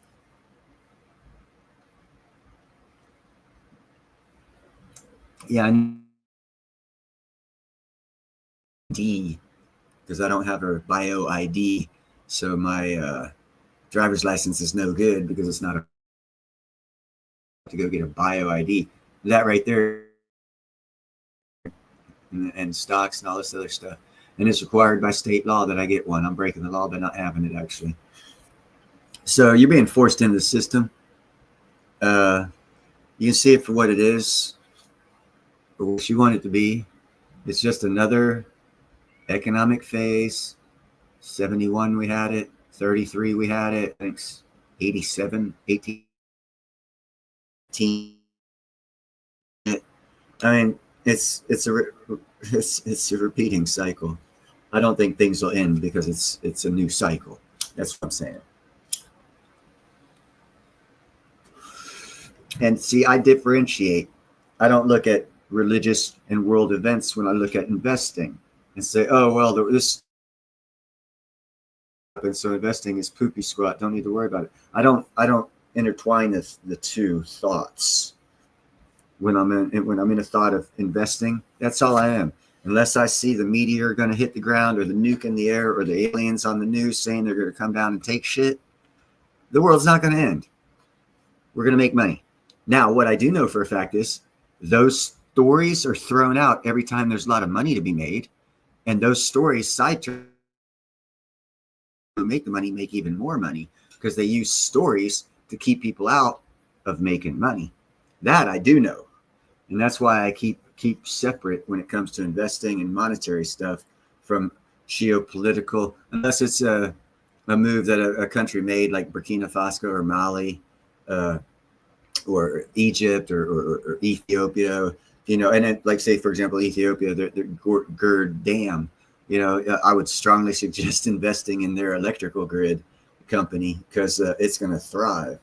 But, you know, that's a separation from globalism to nationalism in that country. And it's going to prosper, was it Tanzania and some other country downstream, south of them. And they'll never have a drought again like they had in the 70s and 80s. Pretty much, Gerald. That's kind of sort of what, you know, they put stories out there and they'll run things by you. And there are, you know, legitimate concerns if they didn't keep doing it. I mean, just if you get to know history, you'll see it again. The first time in a grand fashion that we ever used the most disgusting, sick weapons against humans was in World War I, when we chemical weapons on humans again. The laws is because the mustard gas and all the other stuff they were using and the way it killed men and what it did to their bodies was so freaking disgusting. Not to use that stuff. Someone's in control and says what is and what isn't. My point being, though, I guarantee if you were inhaling some mustard gas in 1917, 18, or if you knew all you had to do was get out of your foxhole and run 100 yards and hopefully not die. If you and too many people die, you got to run back and do it again later. I imagine most of them thought that revelation. I imagine the people who were invading Iwo Jima in the 1940s was coming. I bet the guys in mid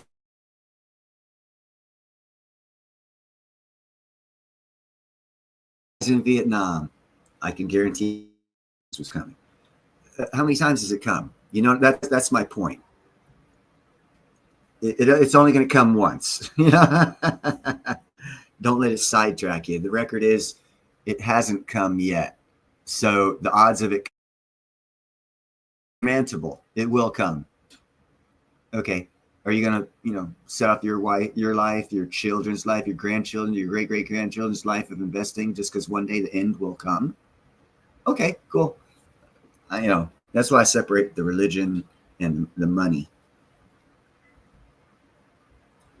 What's up, Diabolical?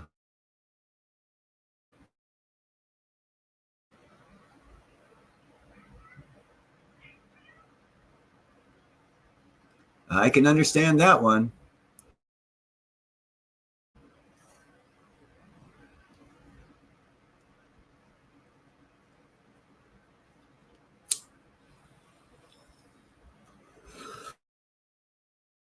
Go.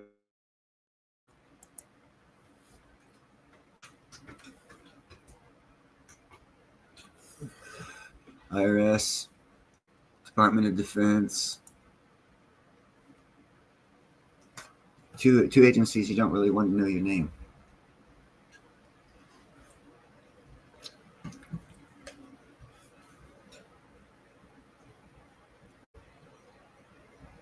But anyhow, let's see here. We got 5 people in here. What do you guys want to talk about?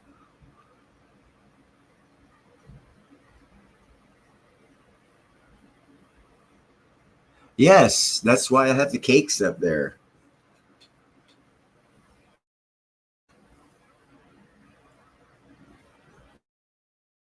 Is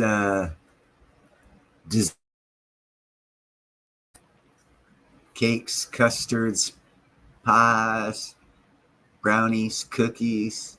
That should be dinner, unless there's steak and lobster around.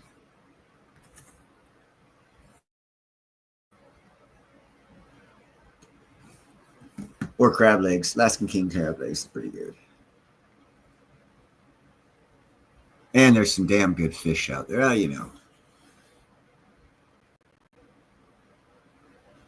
I have a theory on rhodium. And it has to do with the suppression of the price of platinum. Holy shit fire, it doubled, did it not?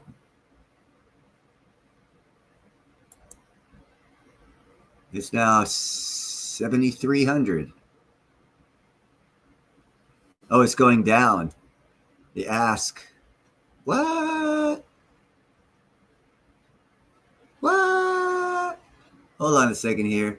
I'm going to share this screen. This is bizarre. Well, it's not bizarre. I obviously see what's going on, but it's weird. Let me go back over here and get my pizza. Oh, it's not pizza. It's cake out of the way. And let's go back over here and see the bid is 70 and the ask is 77.50. It's the reverse of all the others. No, it's not. It's a significant. Oh, it's been. No, it stayed the same, but it was updated. Palladium's finally starting to go up. But yeah, there's a $450 difference. But yeah, it was like 3,500, wasn't it, Debbie?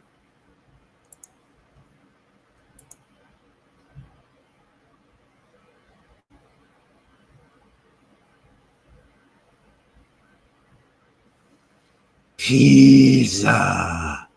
That's what I'm talking about. Pizza, baby. Pizza, pizza, pizza. And when we talk about pizza, we show pizza.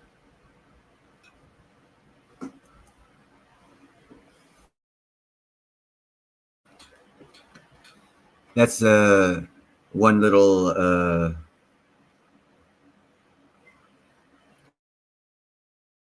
I'm going to give myself when I buy a house in Alabama.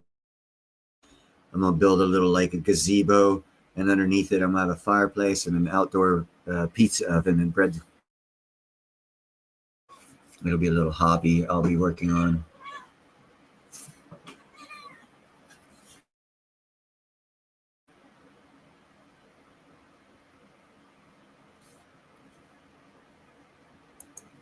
Yeah, and the reason why I feel it took a jump same time China took over the price of platinum, and with South Africa back in 2011, 2012, somewhere around there, and the price of platinum started to drop. It's because China took over the mining, basically took control of platinum, gold, and diamond sales in South Africa, and in their way, making their country. And South Africans in the deal knew that they were going to be losing money, which they have been, because it costs $1,300 to mine 1 ounce of platinum and get it to your hands. And just now they're breaking even. They've been going out of business, working at a loss for 12, 13 years. Saying they lost like $10 billion or $5 billion in 10 years on their gold mines. Their businesses have been losing money, except rhodium. That's when rhodium went to like from $50 up to $30,000. That jump long time ago. I don't even know if I can find that, but I recall there was a time when rhodium was real cheap, and then all of a sudden it went to like 5 figures, and if I'm thinking is probably that platinum started going downhill.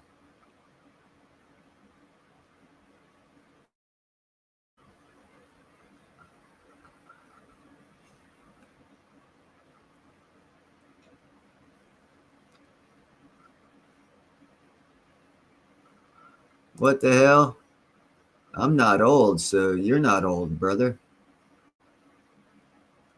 Oh, but you've been married. Yeah, that makes you old.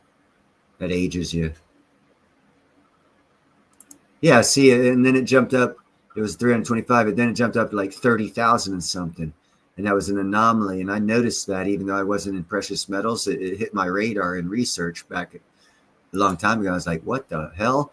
and I just, you know, red flagged it and kept going with my research. And then I got into platinum and all this stuff, you know, several years ago.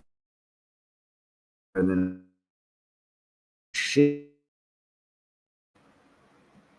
Oh, no doubt, Debbie. No doubt. No doubt. If I was into precious metals 15 years ago, I would have looked straight at the PGMs.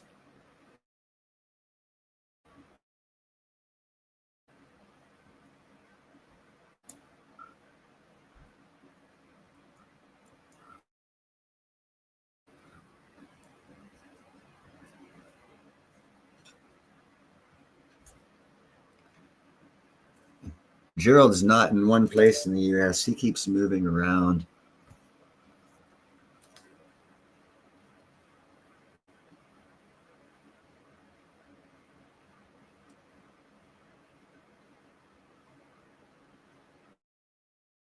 Gerald's on the naughty list.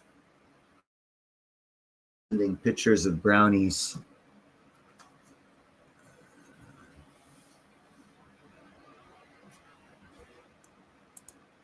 That's interesting. I like meat lovers pizzas. Because if you ever go to Italy, well, now it won't matter. They've been Americanized.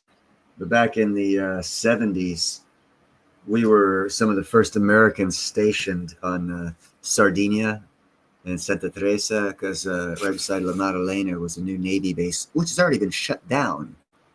And I was one of the first kids, one of the first, and first grade at that school. First Americans in that area of Italy, and it was totally different. They didn't.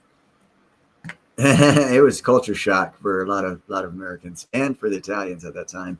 They're probably changed, but we had the traditional food back then, and when we ordered pizza, there was no freaking meat on it whatsoever, man. It was just like tomatoes, some green shit, and some tomato sauce. They didn't even have cheese on it, bro. There wasn't even cheese on those pizzas. A traditional Italian pizza did not have cheese. So the pizza we know of today as quote unquote the Italian pizza, the one you see on that screen, not even freaking close to original.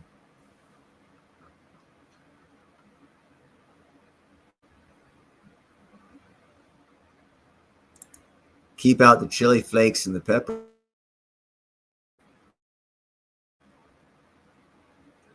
But you have to add some Canadian bacon, some ground beef.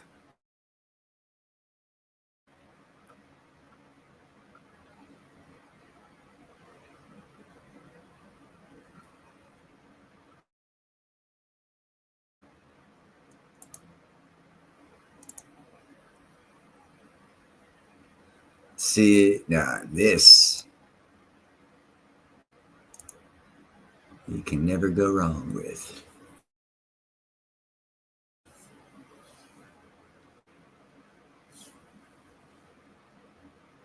That's what I'm talking about. And you can actually tell the Diabolical Die. And then you go like Pizza Hut, you'll be like, what the hell is this that Pizza Hut's selling? It's not even the same. And then you got to go look into their business models of all these fast food places, all these, you know, Mountain Mike's, Domino's, Burger King. The whole premise of those businesses is one taste, one look worldwide. So what they've done is they've taken a combination of surveys of taste and look and made that and gave it a name, and it's the same everywhere in the freaking world from that company. It's not even close to the actual food. It's kind of sick if you really know the business of business and food and how they've already perverted several that, you know, Burger King, Pizza Hut, and all these places are food. It is not even close. And most kids nowadays don't even realize that. I was privileged to live in Europe for my early years, to where I actually was living in areas where Americans had never been before, at least 100 or so. Well, no American bases were before, so therefore there was no large sum of Americans in that one area before, and we experienced the traditional Sardinian Italian food, and man, we were getting sardines straight out of the Mediterranean.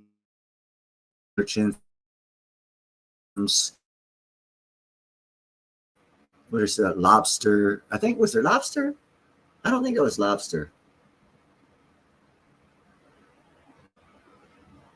Wow, I do remind that brain fart. I don't know if we had lobster there, but we got everything out of the water, and from the mushrooms growing, tomatoes growing, because there was no commissary.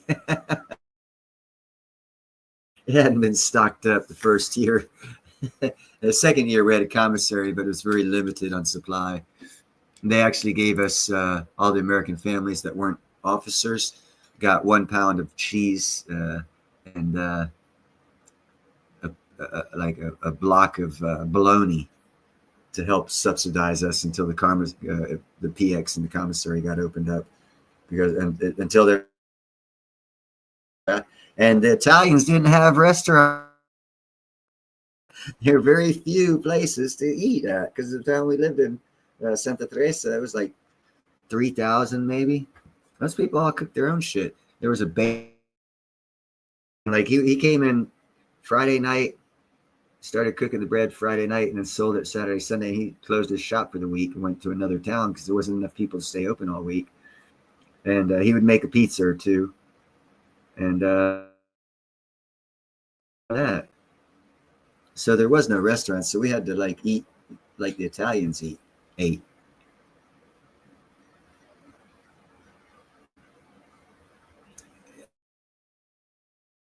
There is money. I helped these guys, the Smith brothers. They signed a contract with Domino's Food Inc. Back in the early 80s. They were one of the largest, actually, no, I think they were the third largest food distributor in that area. And they signed a contract with Smith Brothers, stating that if the Smith Brothers opened up enough pizza delivery places along the Gulf Coast of America, their company, they would buy them out. And I had just started working for them, and Domino's had opened up their first pizza delivery a couple months before that. So the Smith Brothers opened up this place called Krusty's Pizza. So I helped them open up about 27 delivery places throughout what we call the Redneck Riviera, along the Gulf Coast from Alabama down to He got bought out and got several millions of dollars from Domino's, or not Domino's, from Dominic or Domino Food Inc. or something like that. And then but there was a lot of money in it. But their business principle was different. They weren't into making money off of the individual shops they had to get the numbers up, because once they got to a percentage number of the company they signed the contract with, they got tons of cash. So they weren't concerned about the individual buildings where they were doing their pizza delivery. Again, another reason when you look at business, there's lots of reasons why businesses are open.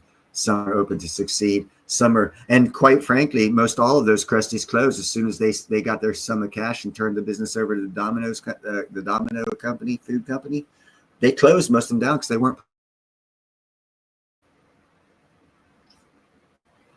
But the Smith brothers stuck all their profits into opening up more stores to reach that certain percentage number. They didn't care about, for 2 years, they didn't give a shit about making money. They threw it all back in the company to grow, because the contract they signed, they knew the big money would come if they got to that certain percentage. And in that business model, they succeeded. But it wasn't good for the individual building. But I had hired to deliver pizzas. He opened up a shop in Gulf Shores. He didn't make money to stay in University Town. It was only good for like 4 months a year and then the rest of the time you weren't making money. But he had the right idea. mom and pop style pizza joint where you could come in, sit down. It felt like a homey style.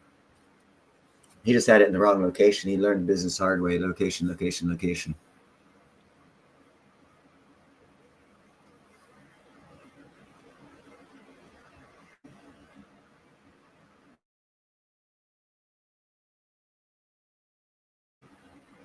Oh, how interesting. There is a pizza delivery place, a local pizza place, handmade pizza here in town called Napoli Pizza in Vallejo, California.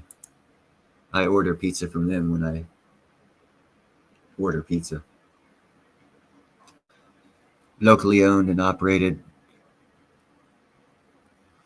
They still order everyone else, but they hand make their dough and get some of the higher than the lower quality product that you can buy.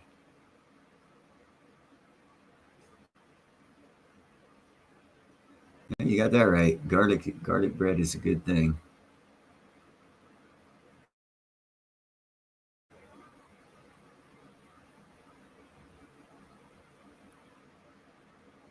What's up, Sean?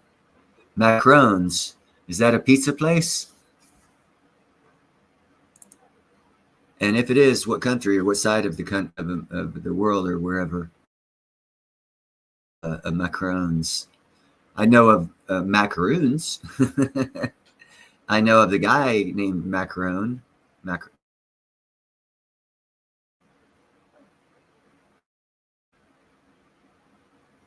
Marcos. It sounds like it'd be Marcos.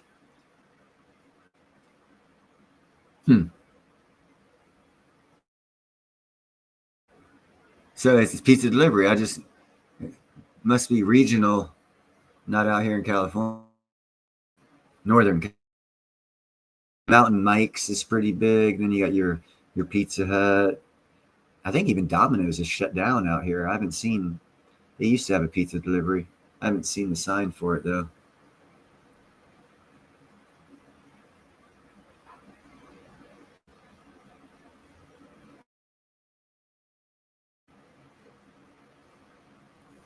Yeah, most of your quote unquote fast food chains are crappy in my opinion.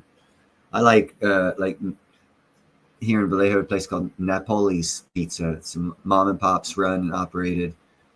You know, they live off their reputation, not off of the chain's name. And they don't mass purchase, and I don't know. It's still, like I said, they still get the same product. They actually give a crap and try and give a crap about what they put on their product, where every other pizza place just goes for profit margin because they're a part of a national. They can get more product, and in doing that, they get a lesser quality product. And yes, I suggest anyone and everyone channels, if you have one, so that everyone can subscribe and we all can get to know each other.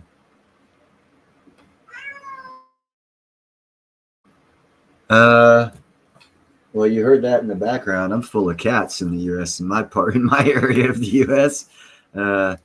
I've been unemployed, so I'm not part of the economy. I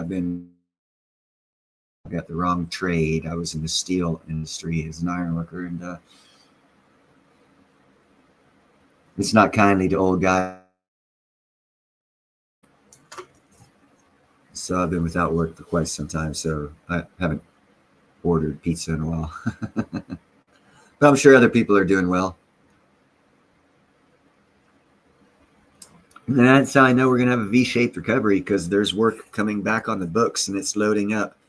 Probably by September, October, these jobs are going to break out. There's like 2 15 stories, a 13 story, and a couple others. They're all going to break out at once, and we don't have the manpower, so there's going to be lots of overtime.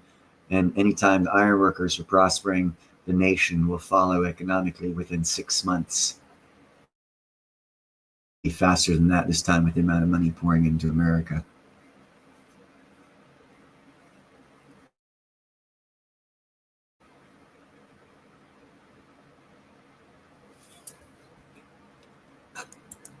And that's why I can give information on financing and how it's going.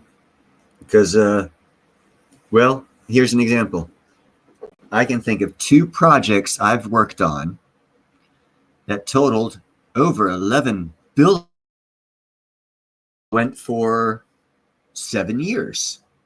That's a major.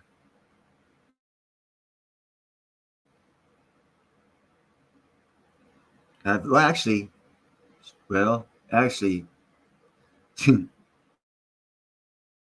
time period, but that's just 2 jobs. And then after that, I went on another job. It was like a $1.6 billion job. So once those all stop, you can tell the economy's going to go slow-mo. Once those start back up, you're going to say, oh, hey, the economy's picking back up. And as an iron worker, you're the first to feel the bad economy and the last to recover, but first to see it because you see what's on the books and coming. And I can see what's on the books and coming. And by the way things are going, I believe there's a V-shaped recovery. It's going to come fast because the books are piling up and the work needs to be done with all the money being added into this country for the investments coming in. And the work's got to be done. So it's going to have to break real soon.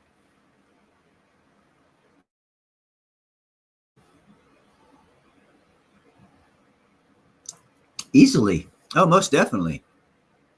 Well, they should accept everything. Again, maximalist will not be the most profitable and most likely won't survive. Some maximalists will, some won't. I've been talking with this guy named Jerry. We're getting into some stuff. Lightning crystal. When I go sell that, I'll accept anything. I'll accept crypto. I'll accept gold and silver. I'll accept fiat. There's a lot of things I'll accept as payment because it's that time in history where the winner hasn't been chosen yet. So if you can accept all payment systems, it all ends up in the wash as you're gaining monetary value to turn into whatever it is that you value. It's personal, your ability to bring in that income, because some people will be turned off, say, oh, you don't accept crypto, I'm not going to buy it. Well, that's a lost sale. You have a failing business because you had a sale, walk away. You don't do that if you want to be successful. So, again, back to my explanation of the lightning crystal artwork, I'll accept all forms of payment except for, the illegal ones. And if that's fiat, turn it into business opportunities or, I won't buy gold, but I'll buy a gold mine, or something like that. And I have to have fiat for that to happen. So if you cut out the to get stuff that can gain you more stuff, and the game, that's the game. It's not, oh, the top hat of Monopoly and not the car or the dog. I'll play that Monopoly game with any one of them because all of them matter. And if you only take one, then if you have enough people in there to choose the one that you want, well, you got to take whatever's left. Bad analogy, but I hope you get the point. There's going to be money made in everything. Everything there's to be money made.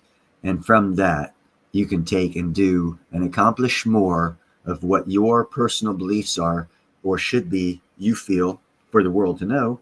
If you have more money, you can express that out to gain more followers or whatever, people purchasing your product, or, whatever it is.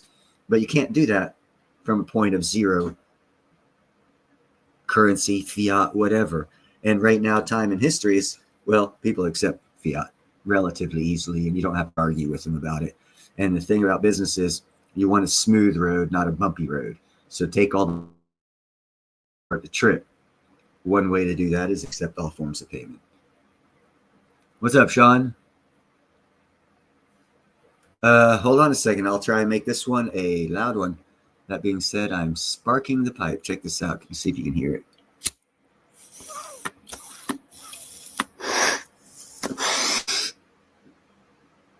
Oh, yeah. I second that, Sean.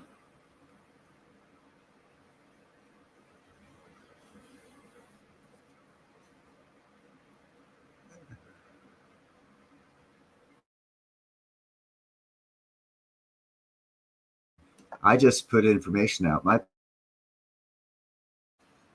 Everyone sees things differently. No one is wrong in their perception. That is your path. Anyone tells you otherwise is a fool. It's not. All I like to do is inform. I will tell you what I invest in, why I invest in it. I don't suggest anyone invest in anything without becoming fully informed yourself. But I give explanation. Happening. I don't want to convince anyone of anything other than I want to convince you need to do more research to find out this new thing that this weirdo on YouTube was talking about, and it grabbed your interest and you gain knowledge. That is the true capital, and that is not used in economics other than to get a fiat. The true measure of wealth is in knowledge, in my opinion, because and then you take that knowledge and do whatever. But without knowledge, you can get bamboozled.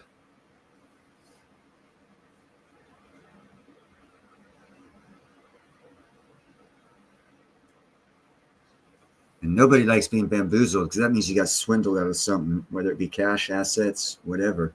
And that's no bueno. So the better informed you are, the less chance that is of happening. And how can you be informed? Here's the key.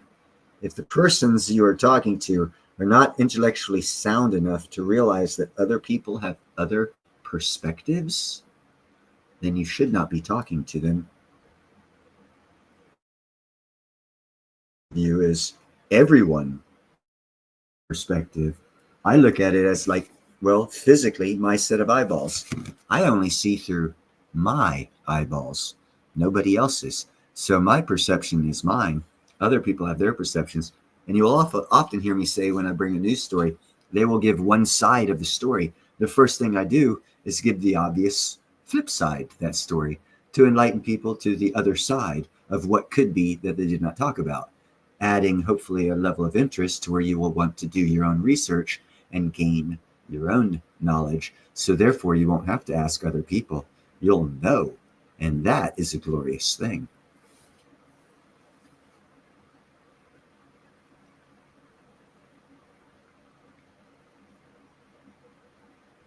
Yeah, Greyhound is a dog or a bus service, the nationwide bus service. We actually have a Greyhound bus station down the road from me, right off of 880 here in the Bay Area. Vallejo at one point in time was trying to be known as the hub.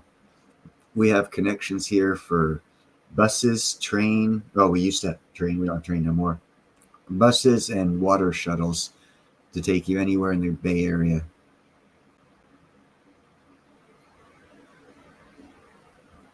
Oh, there's also a drink, I guess, named Greyhound. I don't drink, so I wouldn't know about that.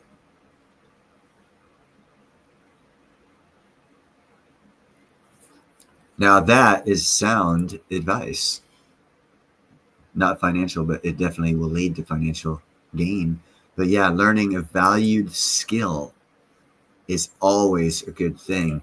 I would suggest start multitasking, start a garden, because I think part of my story earlier, the start of this was about soil.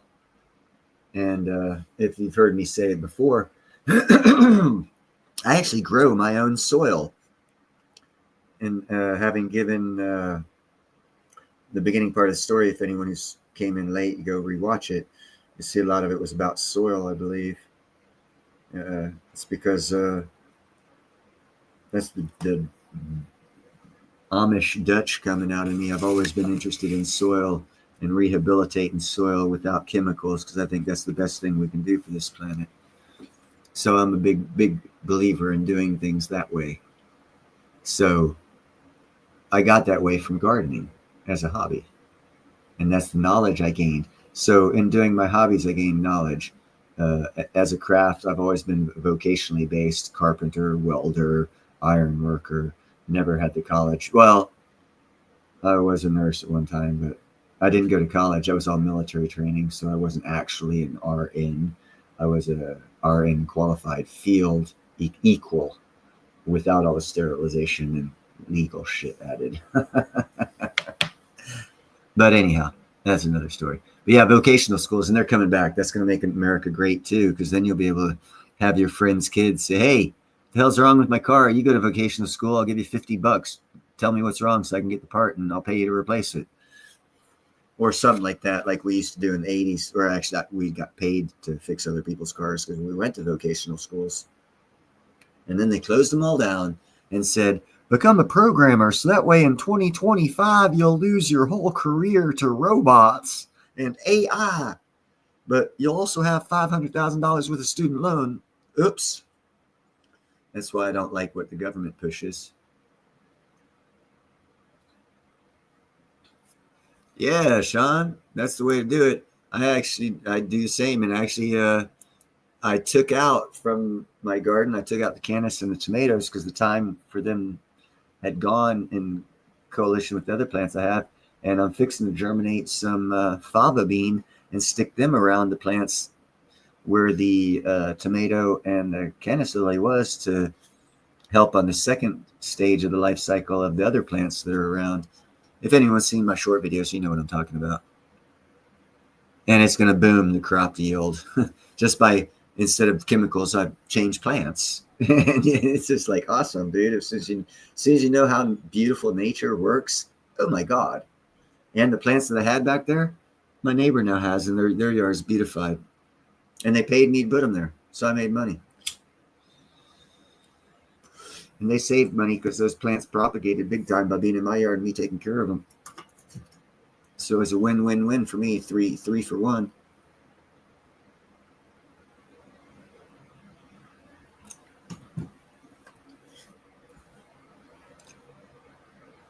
Yeah, I would never. I took, when I was in the military, we were forced to take a bus system. It was horrible. I would much rather do the train myself. And I totally loathe cities, but yet I've lived in one most of my adult life.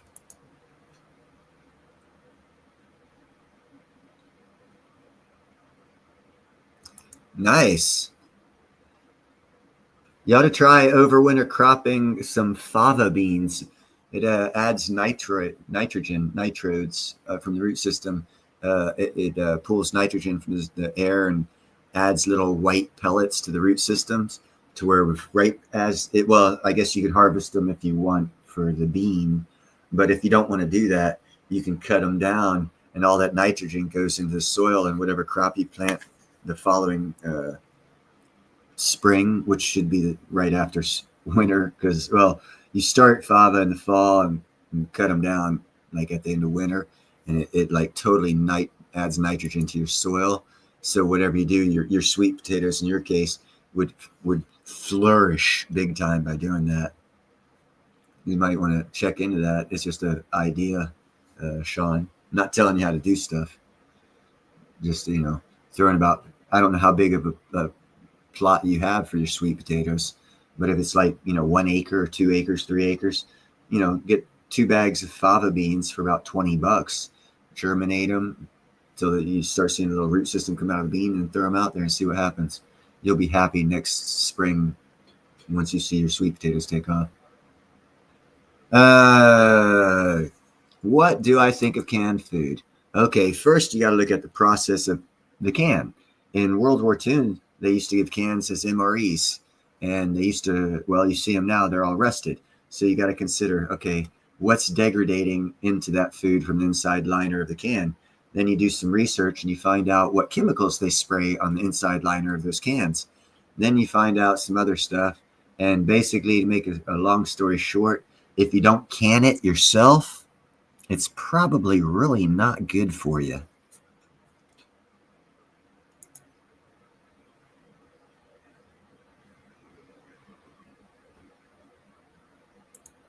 You're fired. Go make me a brownie. See, now we can talk crap about you, and your old lady, ex-old lady can hear, and you can do nothing but have to put up with it or turn me off.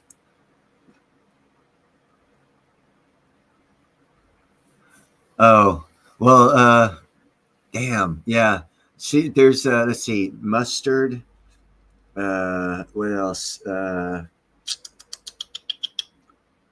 that low growing stuff, the horse alfalfa, those also add nitrates or nitrogen to the soil. I don't know their growing season off the top of my head, but you could try intermix them and get the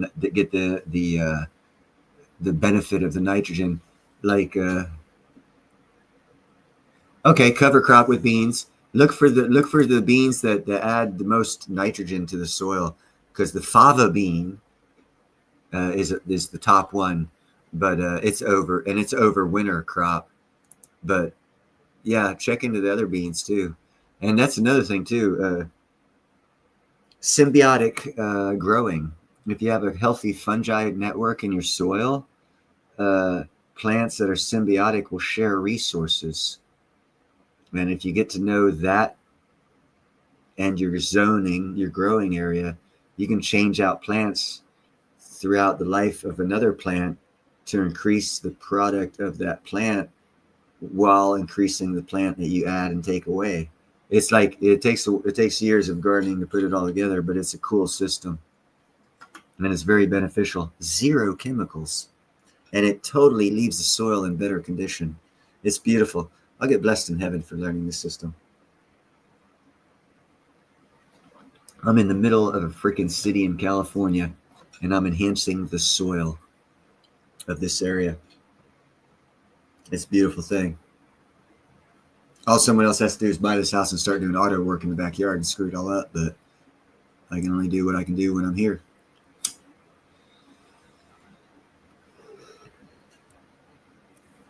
And that's that, because I said so. All right, well, we go for 2.5 hours. I'm going to go ahead and right on. Yeah, dude, man, holistic growing is what I call it. Fungi network. What you need is a mycorrhiza and azospirillum. Add those to the root systems of any of the plants you have, and it helps that plant's root system hook up with the fungi, the microfungi network in the soil, and it automatically, like, it's like a highway system. It'll route it to a symbiotic plant to share of resources. Boom, boom, boom. Your crop yield goes up, your chemical expenses go down, and you're making more money. Basically doing, becoming intelligent in growing, or more knowledgeable in growing in different facets or perspectives of growing, gets you closer to the way it's supposed to be naturally. And that's non-chemical, in my opinion. And that's what I've been focused on learning most of my life, picking things up from here and there, trying to apply them, change them. Like right now, I'm trying to do a 3 crop on watermelons so I can get maybe 36 to 40 some watermelons out of my 4 watermelon plants. And we'll see how that works.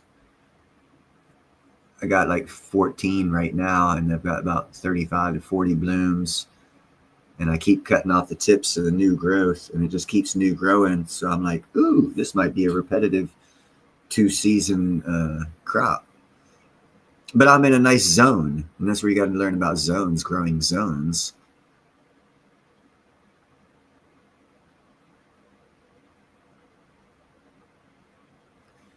And so when I move to Alabama, I'll be in a different growing zone and a lot wetter of a season than we are out here. And I'll have to redo everything from scratch. I'll be like an infant, not knowledgeable of anything of the local area that I'm in until I get to learn that knowledge. No matter how much I know in advance, I will not know anything of that area until I move there and start working the soil. They have a lot more water down there, so that changes everything. Yeah, there you go. You know what I'm talking about, Sean. I actually had tomatoes. I got 2 years out of tomatoes. Oh, dude. Oh, my God. You ought to see some of my shorts, man. I'm doing real well on the watermelon. Last year, I was unable to get any. This year, I got a whole bunch. A whole crap load. I prepped the soil right, water and heavy at the right time. It's going to be awesome. Probably about another week. The first one will be ready, and then, let's see, August, September. I'll probably be getting watermelon through October. probably in November. I actually had tomatoes. I had one tomato plant, went for 2 years blooming. It bloomed through the freaking wintertime. It was a Cherokee Black. I had it in the front yard, and it went for two growing seasons. It wasn't actually physically 2 years. It was like a year and a half, but 2 growing seasons. So I say 2 years. Someone caught me on that. So technically it's not 2 years. It was a year and a half. But it went through 2 growing seasons. Same plant, didn't die. Because of the environment, the zone, growing zone that I'm in, and where I had it was protected from wind and, you know, good soil, and it just didn't want to die. So it didn't die. It just kept producing flowers.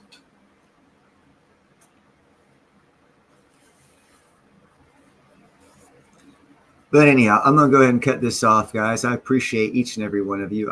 Hope you have a beautiful week ahead. And remember, be kind, helpful, and grateful. And make the best of it, peoples. Talk to you later. Peace out.